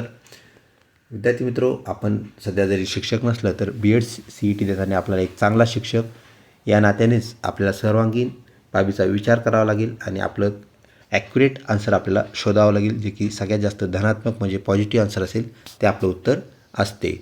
पुढचा प्रश्न, जर एखादा विद्यार्थी व्यसनाच्या आहारी गेला असेल तर तुम्ही या नात्याने, त्या शिक्षक या नात्याने तुम्ही काय कराल? तर आपल्या शिक्षकाची भूमिका काय असेल? एखादा विद्यार्थी कुठल्या तरी व्यसनाधीन झालेला आहे, आपण काय करायला पाहिजे? आपली ॲक्शन आपली काय असायला पाहिजे? असा हा प्रश्न. त्याला शाळेतून काढून टाकाल, चुकीची गोष्ट. त्याला शिक्षा कराल, त्यामुळे त्याच्या मनामध्ये आडी निर्माण होऊ शकते, तोही चुकीचा पर्याय.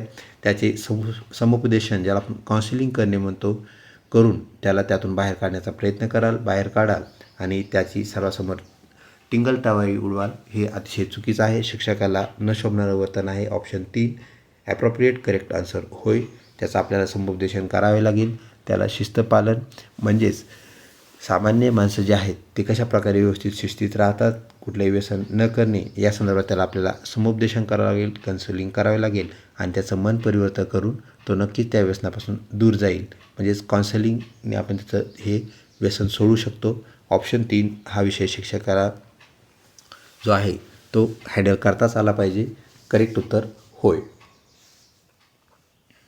पुढचा प्रश्न, वर्गात अभ्यासाव्यतिरिक्त अवांतर वाचन चर्चा करणे योग्य आहे का? तर आपल्याला कधीकधी चर्चा आपली वर्गामध्ये वाढत जात असते, त्यामुळे आपला अध्यापनाचा वेळ खर्च होतो. परंतु तिथं प्रश्न कसा विचारलेला आहे, वर्गात अभ्यासाव्यतिरिक्त अवांतर चर्चा करणे योग्य आहे का नाही, पर्यायातून आपल्याला शोधायचं आहे. तर मुळीच नाही. चर्चा बऱ्याच वेळेस गरजेची असते, उपयुक्त असते. नेहमीच चर्चा करावी, नेहमी करता येणार नाही. चर्चा पद्धती ही एक वेगळी अध्यापन पद्धती आहे. फक्त वेळ घालवण्यासाठी ती चांगली आहे किंवा करावी असा हा ऑप्शन तोही चुकीचा आहे. तर ऑप्शन 2 काय सांगतो आपल्याला, तर चर्चा करणे ही जी पद्धत आहे ती योग्य आहे का? तर चर्चा पद्धती ही एक चांगली पद्धती आहेच, जर ती चर्चा विषयाशी संबंधित असेल आणि त्यामुळे जर विद्यार्थ्यांचं काय होत असेल, ज्ञानवर्धन होत असेल, ज्ञान वाढत असेल, तर नक्कीच आपल्या चर्चा ही फलश्रुती देणारी आहे. ऑप्शन 2 आपल्याला करेक्ट उत्तर होय. पुढचा प्रश्न, शालेय स्तरावर ग्रंथालयाचा म्हणजेच लायब्ररी याचा वापर असावा का? तर कसा असावा? फक्त पुस्तक ठेवण्यासाठी, विद्यार्थ्यांना आवडतर वाचनाची गोडी लावण्यासाठी, मधल्या सुट्टीत जेवण करण्यासाठी आणि शांत बसण्यासाठी. तर ऑप्शन 2 विद्यार्थ्यांना आवडतर वाचनाची आवड लागावी यासाठी ग्रंथालयात वेगवेगळे पुस्तके असावेत, जेणेकरून विद्यार्थी वाचनाकडे आकृष्ट होतील आणि त्यांची वाचनाची आवड वृद्धिंगत होईल, वाढलेली आपल्याला पाहायला मिळेल. शिक्षकाने अध्यापनातील स्वतःच्या चुका मान्य कराव्यात का? आपलं जर शिकवताना काही जर चुकलं किंवा बोलताना जर चुकलं तर ते आपण मान्य करायला पाहिजे का? नाही, यासारखा आपल्याला प्रश्न विचारला आहे. ॲक्युरेट उत्तर आपल्याला शोधणं क्रमपात आहे, गरजेचं आहे. तर नाही, यामुळे त्याची प्रतिष्ठा कमी होईल, ही न्यूनगंड आहे. त्यानंतर कधीच करू नयेत, तर कधी कधी ते करणं गरजेचं आहे. म्हणजे ॲक्युरेट वेळी ज्यावेळेस आपली चूक झाली त्यावेळेस ते करणंच गरजेचं आहे. तर हे सुद्धा पर्याय आपल्या कामाचा नाही आहे. फक्त मुख्याध्यापकासमोर मान्य कराव्यात, इतर शिक्षकासमोर, विद्यार्थ्यासमोर करू नयेत असा याचा अर्थ होतो. तो सुद्धा पर्याय आपल्याला कुचकामी आहे, बिनाकामी आहे. ऑप्शन 4 हो, यामुळे विद्यार्थ्यामध्ये प्रामाणिकपणाचा संदेश जातो. म्हणजेच बोली तैसा चाले त्याची वंदावी पावेले, याप्रमाणे आपल्याला काम करावं लागतं. काम करणं क्रमपात आहे, गरजेचं आहे. तर शिक्षक जर ॲक्युरेट बोलत असेल, तो चुकल्यानंतर जर सॉरी म्हणत असेल, तर विद्यार्थ्यामध्ये एक चांगला संदेश जाईल आणि हे आपल्याला अत्यंत गरजेचं आहे. तर ऑप्शन 4 करेक्ट उत्तर होय. पुढचा प्रश्न, RTEचे पूर्ण रूप काय आहे? What is full form for RTE असा हा प्रश्न. तर राईट टू एज्युकेशन आपल्याला याचा फुल फॉर्म असलेला माहीत आहे. तर रिअल टाईम एज्युकेशन नाही, रेअर टू एज्युकेट हे पण नाही, रँडम टाईम एज्युकेशन सिस्टीम किंवा एज्युकेशन ते पण नाही. तर राईट टू एज्युकेशन म्हणजेच शिक्षणाचा तो अधिकार आहे. ऑप्शन 3 करेक्ट उत्तर होय. पुढचा प्रश्न, कस्तुरबा गांधी बालिका विद्यालय कोणासाठी सुरू करण्यात आले आहेत? तर ग्रामीण आणि मागास भागातील मुलींच्या शिक्षणासाठी यांची उभारणी करण्यात आली, जे की एक प्रकारचे निवासी विद्यालय आहेत, म्हणजेच रेसिडेन्शियल स्कूल्स आपण ज्याला म्हणत असतो. त्यापैकी असणारे इतर जे आहेत, ज्याला आपण केंद्रीय शाळा आपल्याला अशा प्रकारच्या असलेल्या पाहायला मिळतात, अनाथ शाळा आपल्याला पाहायला मिळतात, त्यानंतर नवोदय विद्यालय पाहायला मिळतात, जे की रेसिडेन्शियल आहेत. राहण्याची तिथेच व्यवस्था विद्यार्थ्यांना असते. त्यापैकीच एक उपक्रम भारत सरकारचा म्हणजेच कस्तुरबा गांधी बालिका विद्यालय. तर हे ऑप्शन 1 ग्रामीण आणि मागास भागातील मुलींच्या शिक्षणासाठी आपल्याला सुरू केलेले पाहायला मिळतात. तर श्रीमंत मुलींसाठी त्याचा ऑप्शन आपल्याला इथे दिलेला आहे, शिक्षकांच्या प्रशिक्षण देण्यासाठी. तर त्यासाठी डाएट असतं, तर हे सुद्धा नाही. आणि खेळाडूसाठी राखीव असा याचा अर्थ होतो, तर ते सुद्धा नाही. ऑप्शन 1 करेक्ट उत्तर होय. पुढचा प्रश्न, शाळेत मिड डे जे मील असतं, ज्याला आपण मध्यान्ह भोजन योजना असे म्हणत असतो, याचं प्रमुख उद्देश काय आहे? तर त्याचं गोल काय आहे असा हा प्रश्न.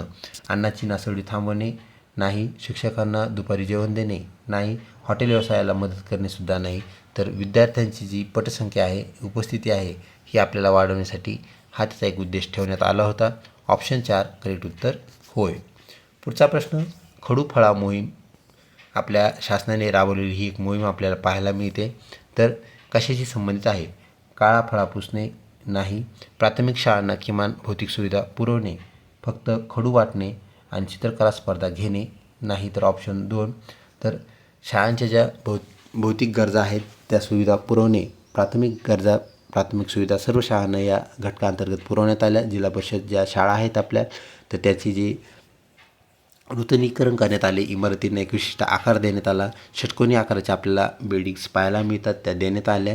तर हे जे घडलं आहे तर पूर्ण एकाच बाबीमुळे घडलं आहे, ते म्हणजेच ऑपरेशन ब्लॅकबोर्ड. तर शाळेला चांगली इमारत, शाळेचा स्वच्छ परिसर आणि ज्या सुविधा आहेत, भौतिक सुविधा, याचा समावेश होतो. ऑप्शन 2 करेक्ट उत्तर होय.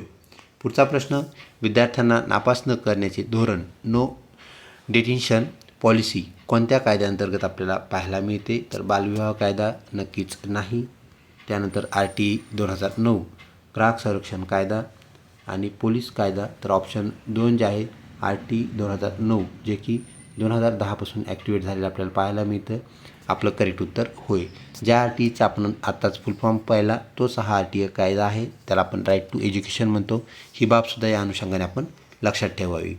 त्यानंतर पुढचा प्रश्न, अध्यापनात संगणकाचा, ज्याला आपण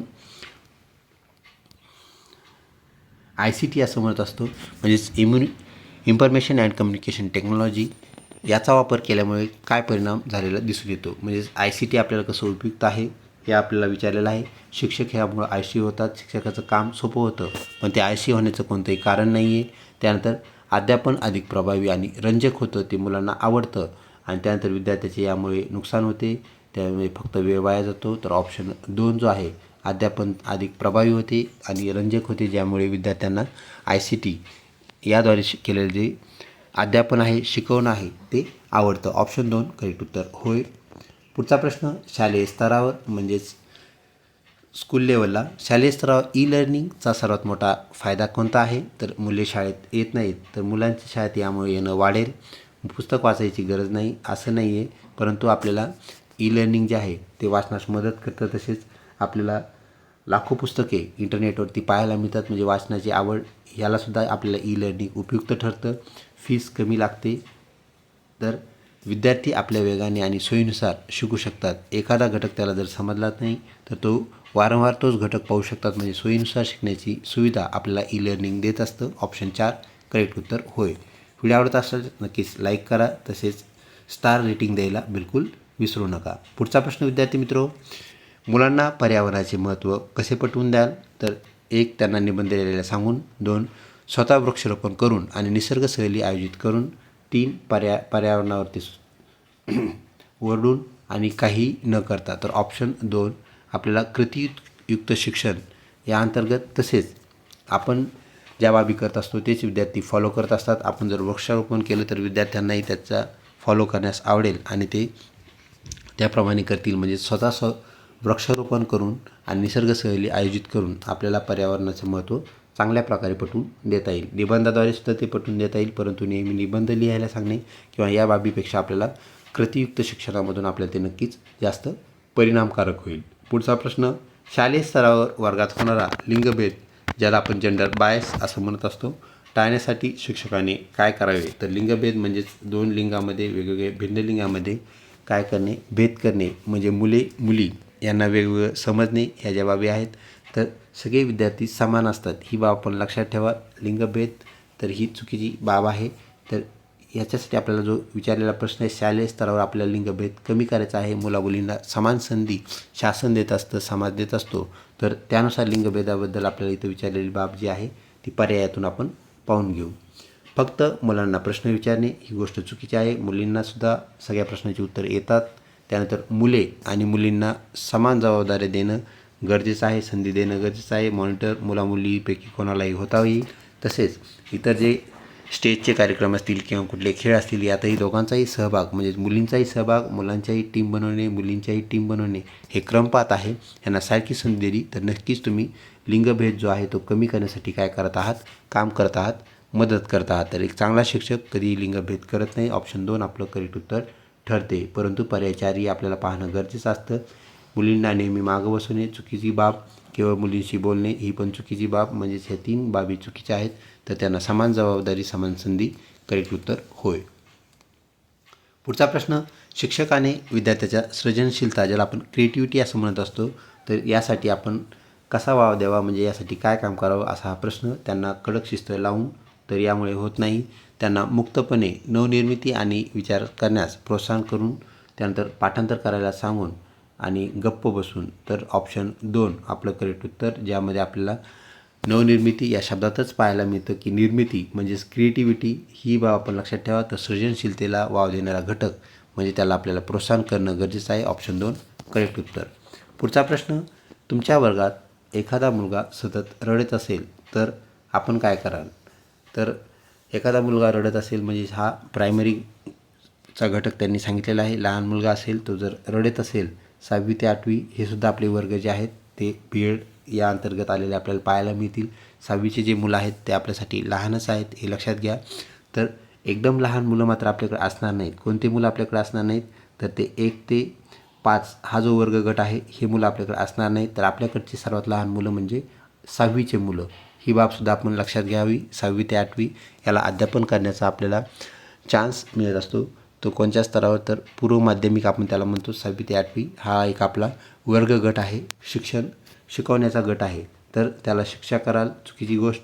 त्यानंतर त्याच्या रडण्यामागचे कारण जाणून प्रेमळपणे जाणून घ्याल आणि त्याला सॉल्व करण्याचा प्रयत्न कराल. ऑप्शन 2. त्यानंतर आपला पुढच्या पर्यायसुद्धा आपल्याला पाहणं गरजेचं आहे. त्याला वर्गाबाहेर काढाल. तो अगोदरच रडतोय, बाहेर काढल्यानंतर तो जास्त रडेल, त्याच्या मनावर वेगळा परिणाम होईल, त्याची थट्टा कराल, त्याला हसाल, हेही चालणार नाही. चांगल्या शिक्षकाचं ते काम नाही. ऑप्शन 2. तर त्याच्या रडण्यामागचं कारण विचारपूस करून आपल्याला त्याला आधार देता येईल, दिलासा देता येईल. पुढचा प्रश्न, दीक्षा पोर्टल कशाशी संदर्भात आपल्याला संबंधित आहे असा प्रश्न. तर शालेय शिक्षण आणि शिक्षकांचे ई-साहित्य यावर आपल्याला अवेलेबल असलेले पाहायला मिळते. तर दीक्षा शिक्षणाशी संबंधित असलेला शब्द, ही बाब आपण लक्षात ठेवा. तर ज्ञानार्जन असा त्याचा अर्थ होतो. ऑप्शन 2 करेक्ट उत्तर होय.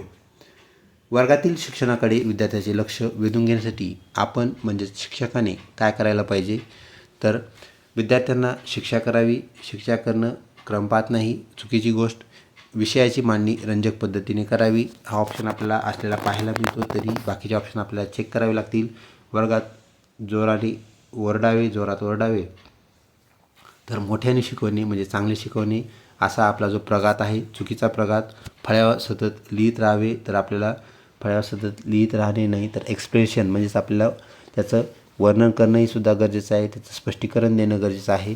त्या संबंधित विषयाशी किंवा संज्ञेचं आपल्याला स्पष्टीकरण द्यावे लागेल. तर मोस्ट अप्रोप्रिएट आन्सर आपल्याला 2 नंबर असलेलं पाहायला मिळतं. विषयाची मांडणी रंजक पद्धतीने, जी मुलांना आवडेल, भावेल अशा पद्धतीने करणं क्रमपात आहे. ऑप्शन 2 करेक्ट उत्तर होय.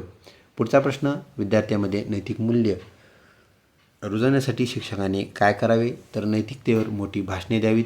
मोठी ह्या शब्दातच आपल्याला निगेटिव्ह वर्ड पाहायला मिळतो, चुकीचा ऑप्शन. स्वतःचे वर्तन जे आहे तर वर्तन जे आहे त्याला आपण बिहेवियर असं म्हणतो, टीचर्स बिहेवियर. तर आदर्श ठेवावे. त्यानंतर कडक नियम लागू करावेत. तर कडक नियम नावातच आहे कडक, तर ते चालणार नाही. थोर पुरुषांची चित्रे वर्गात लावावीत. तर ऑप्शन 2 आपलं इथे ॲप्रोप्रिएट आन्सर ठरतं. थोर पुरुषांची जी चित्रे आहेत ते आपण ऑफिसमध्ये लावलेली असतात. ऑप्शन 2 स्वतःचे वर्तन आदर्शमत ठेवावे आणि याप्रमाणे आपल्याला नैतिक मूल्ये जास्त शिक्षकाला विद्यार्थ्यामध्ये रुजत येतील. सगळ्यात जवळचा संबंध असणारे जो घटक आहे शिक्षक आणि विद्यार्थी आहे हे लक्षात घ्या, म्हणजे ह्याची नेहमी इंटरॅक्शन होत असते. तर आपल्याला स्वतःचं वर्तन जर आदर्श होत असेल तर विद्यार्थीसुद्धा आपल्यासारखं बनण्याचा प्रयत्न करतील. पुढचा प्रश्न, आधुनिक काळात शिक्षकाची भूमिका कशा स्वरूपाची असेल? तर सध्या जो काळ आहे ज्याला आपण मॉडर्न पिरियड म्हणतो, मॉडर्न पिरियडमध्ये टीचरची भूमिका कशी असावी हा प्रश्न. शिक्षक हुकुमशहा असला पाहिजे, त्याने ओरडणे शिक्षा करणे नाही. फक्त माहिती देणारा असावा, इन्फॉर्मेटिव्ह असावा नाही. मार्गदर्शक आणि सुलभक असावा. तर मार्गदर्शक म्हणजे त्याचं गायडन्स मुलांना गरजेचं आहे. आणि सुलभक म्हणजे काय, तर सगळ्या जो संकल्पना आहे, सगळ्या ज्या बाबी आहेत तो सोपे करून सांगणारा असावा, फॅसिलेटर असावा. तर ऑप्शन 3 आपलं करेक्ट उत्तर ठरते. कठोर शिक्षा करणारा, काही गरज नाही कठोर शिक्षा करण्याची. ऑप्शन 3 करेक्ट उत्तर होय. पुढचा प्रश्न, अभ्यासात सातत्यपूर्ण सर्वंकष मूल्यमापन ज्याला आपण कंटिन्युअस कम्युनिकेटिव्ह इव्हॅल्युएशन असं म्हणत असतो, याचा मुख्य उद्देश काय आहे, हेतू काय आहे? ते फक्त गुण देणे हा त्याचा उद्देश नाही. विद्यार्थ्यांचा सर्वांगीण विकास तपासणे, नापास विद्यार्थ्यांची संख्या कमी करणे आणि कठीण परीक्षा घेणे. तर ऑप्शन 2 विद्यार्थ्याचा सर्वांगीण विकास तपासणे. इथं लक्षात घ्या विकास करणे नाही येते, तर विकास तपासणे आहे. तर विकास तपासणे म्हणजेच काय आहे, कंटिन्युअस कम्युनिकेटिव्ह इव्हॅल्युएशन. तर हे सातत्यपूर्ण निकष ज्याला आपण सर्वंकष मूल्यमापन म्हणतो, ते कधीही थांबत नाही, सातत्यपूर्ण आहे, नेहमी होत राहतं आणि ते विकासाबद्दल तपासण्या करतं. म्हणून काय, तर विद्यार्थ्याचा सर्वांगीण विकास तपासणे हे CCE याचं मुख्य काम होय. पुढचा प्रश्न, अध्यापन करताना. तर अजून एक बाब लक्षात ठेवा, मागील व्हिडिओमध्ये पण आपण सांगितली, अध्यापन म्हणजे आहे टीचिंग करताना. आणि अध्ययन करताना असं जर विचारलं तर तो प्रश्न असतो विद्यार्थ्याशी निगडीत. हे लक्षात ठेवा, विद्यार्थ्याशी निगडीत प्रश्न म्हणजेच अध्ययन यावर आधारित प्रश्न. अध्ययन म्हणजे शिकणे आणि अध्यापन म्हणजे शिकवणे. हा प्रश्न शिक्षकाचा आहे. अध्यापन करताना शिक्षकाने सर्वात जास्त कशावर भर द्यावा? विद्यार्थ्यांची शंकांचे निरसन करणे, अध्ययन सुकर बनवणे, हुशार विद्यार्थ्यांना समोर बसवणे, कमी हुशार जे विद्यार्थी आहेत त्यांना दुर्लक्ष करणे. तर ऑप्शन इथं आपल्याला 2 सारखे पाहायला मिळतात. 2 ऑप्शन आपल्या अगोदरच उडून गेले, म्हणजे हुशार विद्यार्थ्याच्या समोर बसवणे, कमी हुशारला दुर्लक्ष करणे किंवा पाठीमागे बसवणे हे ऑप्शन आपलं करेक्ट उत्तर बिलकुल नाही आहेत. तर 2 उत्तरामध्ये आपल्याला 50-50% असं वाटू शकतं. विद्यार्थ्याचे शंका निरसन करणे हे शिक्षकाचं काम आहे, परंतु सगळ्यात महत्त्वाचं शिक्षकाचं एकच काम आहे, ही बाब आपण लक्षात ठेवा, ते म्हणजेच अध्ययन सुकर करणे. तर अध्ययन सुकर जर असेल तरच विद्यार्थ्याला शंका येईल आणि शंका जर आली तर त्याचं निरसन करणं हे शिक्षकाचं 100% काम आहे. परंतु सगळ्यात आधी करावं लागणार आपल्याला अध्ययन सुकर. त्यातून विद्यार्थ्याचे जे नवीन संकल्पना तयार होतील, त्यामधून नवीन त्याला प्रश्न पडतील, त्या प्रश्न सोडवणे नंतरचं काम आहे. परंतु 1 नंबरचं काम कोणतं आहे, तर अध्ययन सुकर बनवणे. ऑप्शन 2 करेक्ट उत्तर होय. पुढचा प्रश्न, वर्गात एखादा विद्यार्थी सतत प्रश्न विचारत असेल तर तुम्ही काय कराल? त्याला रागावून खाली बसवाल? बिलकुल नाही. त्याच्या प्रश्नाची उत्तरे देऊन त्याला प्रोत्साहन द्याल? हे उत्तर आपण चेक करूया. त्या अगोदर आपल्याला बाकी पर्यायसुद्धा चेक करणं गरजेचं आहे. त्यानंतर त्याला वर्गाबाहेर काढाल? नाही काढता येणार, काढू नका. त्याच्याकडे दुर्लक्ष कराल, म्हणजे प्रश्न विचारतोय म्हणून त्याच्याकडे लक्ष द्यायचं नाही, चुकीची गोष्ट. तर ऑप्शन 2 ॲप्रोप्रिएट आन्सर ठरते. त्याच्या प्रश्नाचे आपल्याला उत्तर देणं गरजेचं आहे आणि त्यातून त्याला प्रोत्साहन दिल्यानंतर नक्कीच तो अजून जास्तीचा अभ्यास करेल आणि त्याचं जे ज्ञान आहे त्याच्यात भर घालण्यासाठी आपल्याला अजून वाव मिळेल. ऑप्शन 2 करेक्ट उत्तर होय. अध्यापनाचे सर्वात महत्त्वाचे उद्दिष्ट काय आहे? तर आपल्या शिकवण्याचं मुख्य उद्दिष्ट काय आहे असा हा प्रश्न. फक्त अभ्यासक्रम पूर्ण करणे? बिलकुल नाही. विद्यार्थ्यांना शिस्त लावणे, विद्यार्थ्याच्या विचारशक्तीचा विकास करणे आणि विद्यार्थ्यांना परीक्षेत पास करणे. तर पास तो आपोआप होणार आहे, त्याला फक्त व्यवस्थित आपण काय करणं गरजेचं आहे, त्याचा विकास करणं गरजेचं आहे. म्हणजेच ऑप्शन 3 आपलं करेक्ट उत्तर होय. विद्यार्थ्याच्या विचारशक्तीचा आपल्याला सर्जनशीलतेचा विकास करावा लागेल. पुढचा प्रश्न विद्यार्थी मित्रो, जर एखादा विद्यार्थी तुमच्या तासाला उशिरा आला तर तुमची प्रतिक्रिया काय असेल? त्याला वर्गात घेणार नाही, त्याला वर्गात घेणं क्रमपात आहे, गरजेचं आहे, तर हा चुकीचा पर्याय. त्याला सर्वांसमोर अपमानित कराल, अपमानित करायचं नाही, सप्रेस करायचं नाही. उशिरा येण्याचे कारण विचारून त्याला समज द्याल, त्याच्या पालकांना तक्रार कराल. तर ऑप्शन 3 जो आहे, आपल्याला त्याला उशिरा येण्याचं कारण विचारावं लागेल. कारण जर जेन्युइन असेल तर त्याला आपल्याला सांगावं लागेल आणि कारण जेन्युइन जर नसेल तर त्याला आपल्याला समज द्यावी लागेल. म्हणजेच चुकीच्या कारणासाठी त्यांनी उशिरा परत करू नये यासाठी त्याला समज देणं गरजेचं आहे. ऑप्शन 3 करेक्ट उत्तर होय. शिक्षकाचा सर्वात महत्त्वाचा गुण कोणता असावा? पहिलं, कडक शिस्त त्याला असावी. त्यानंतर विषयाचे सखोल ज्ञान असावे. चांगली वेशभूषा करण्याची काही गरज नाही आहे. वेशभूषा फक्त कशी असावी तर ती ठीकठाक असावी. खूप बोलण्याची त्याला सवय असावी, म्हणजे तो बोलघेवडा असावा. तर ऑप्शन जे 3 आणि 4 आहेत हे नाही आहेत. तर ऑप्शन 2 जो आहे, तर सर्वात महत्त्वाची जी बाब आहे ती अध्यापन आहे, शिकवणे आहे. आणि यासाठी तुम्हाला लागेल एकच गोष्ट, ते म्हणजे चांगले कपडे किंवा भारी गाडी किंवा इतर बाबी नाही, तर विषयाचे सखोल ज्ञान. म्हणजे जसं जे सब्जेक्ट नॉलेज आहे ते एकदम क्लिअर पाहिजे, ते खूप मोठे पाहिजे, त्याचा भांडार खूप मोठा पाहिजे विषय ज्ञानाचा, म्हणजे सखोल विषय ज्ञान आपलं करेक्ट उत्तर होय. पुढचा प्रश्न, वर्गात शांतता राखण्यासाठी आपण काय करणे आवश्यक आहे? एक, विद्यार्थ्यांना मारणे, मारहाण करणे हा पर्याय आता राहिलेला नाही आहे. मोठ्या आवाजात ओरडणे, मोठ्याने बोलणे म्हणजे चांगले बोलणे हेही नाही. अध्यापन रंजक आणि प्रभावी करणे, वर्गात शांत बसण्यासाठी वारंवार सूचना देणे. वारंवार सूचना द्यायची गरज पडत असेल तर ह्याचा अर्थ आहे अध्यापन काय होत आहे, नीरस होत आहे. अध्यापन नीरस न होऊ देणे हे सुद्धा एक शिक्षकाचे महत्त्वाचे काम. ऑप्शन जो आहे आपला 3, अध्यापन रंजक आणि प्रभावी करणे, यातून विद्यार्थ्याला शांत बसा असं म्हणण्याची गरज पडणार नाही. ऑप्शन 3 करेक्ट उत्तर होय. सेकंड लास्ट प्रश्न, एखादा विद्यार्थी अभ्यासात कच्चा असेल तर आपल्याला काय करता येईल? विद्यार्थी जर कच्चा आहे त्याला खाजगी ट्युशन लावायला सांगाल.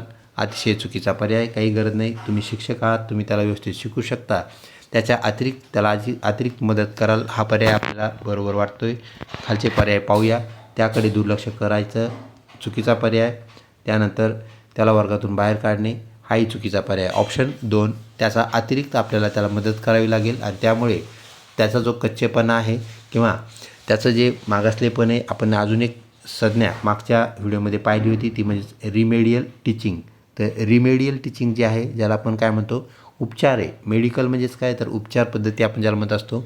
तर रिमेडियल टीचिंग म्हणजे निदानात्मक काय आहे, तो आपल्याला एक उपाय केलेला पाहायला मिळतो. तर या विद्यार्थ्यांना आपण अधिकचा वेळ द्यावा लागेल आणि त्यानुसार त्यामध्ये जे होणारे बदल आहेत त्याला आपण रिमेडियल टीचिंग म्हणतो. तर त्यानुसार आपल्याला त्याला ऑप्शन 2 करेक्ट उत्तर होय.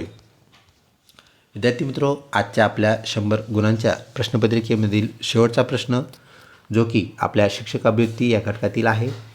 प्रभावी अध्यापन म्हणजेच काय? तर चांगले शिकवणे किंवा प्रभावीपणे शिकवणे याला आपण काय म्हणू? तर शिक्षकाचे अधिकार गाजवणे.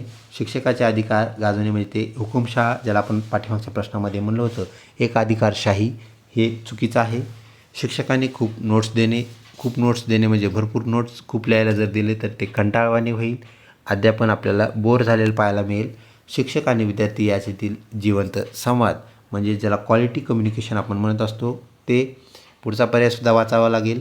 फक्त तांत्रिक साधनांचा वापर करणे, नुसता तांत्रिक साधनांचा वापर करणे हेही चालणार नाही. अधिकचं जर आपण ICT दिलं किंवा अधिकचं जर इतर तंत्र वापरले तर त्यापेक्षा शिक्षक आणि विद्यार्थी याच्यातील एक चांगला संवाद असेल तर प्रत्येक ज्या शंका कुशंका आहेत विद्यार्थी आपल्याला विचारतील, आपण त्याचं निरसन करू आणि याच गोष्टीतून आपल्याला अध्ययन अध्यापन दोन्ही प्रक्रिया सुलभ करता येतील, जे की एका चांगल्या शिक्षकाचं काम आहे. अशा प्रकारे विद्यार्थी मित्र, आपला जो 100 गुणांचा सराव संच होता तो इथे संपतो.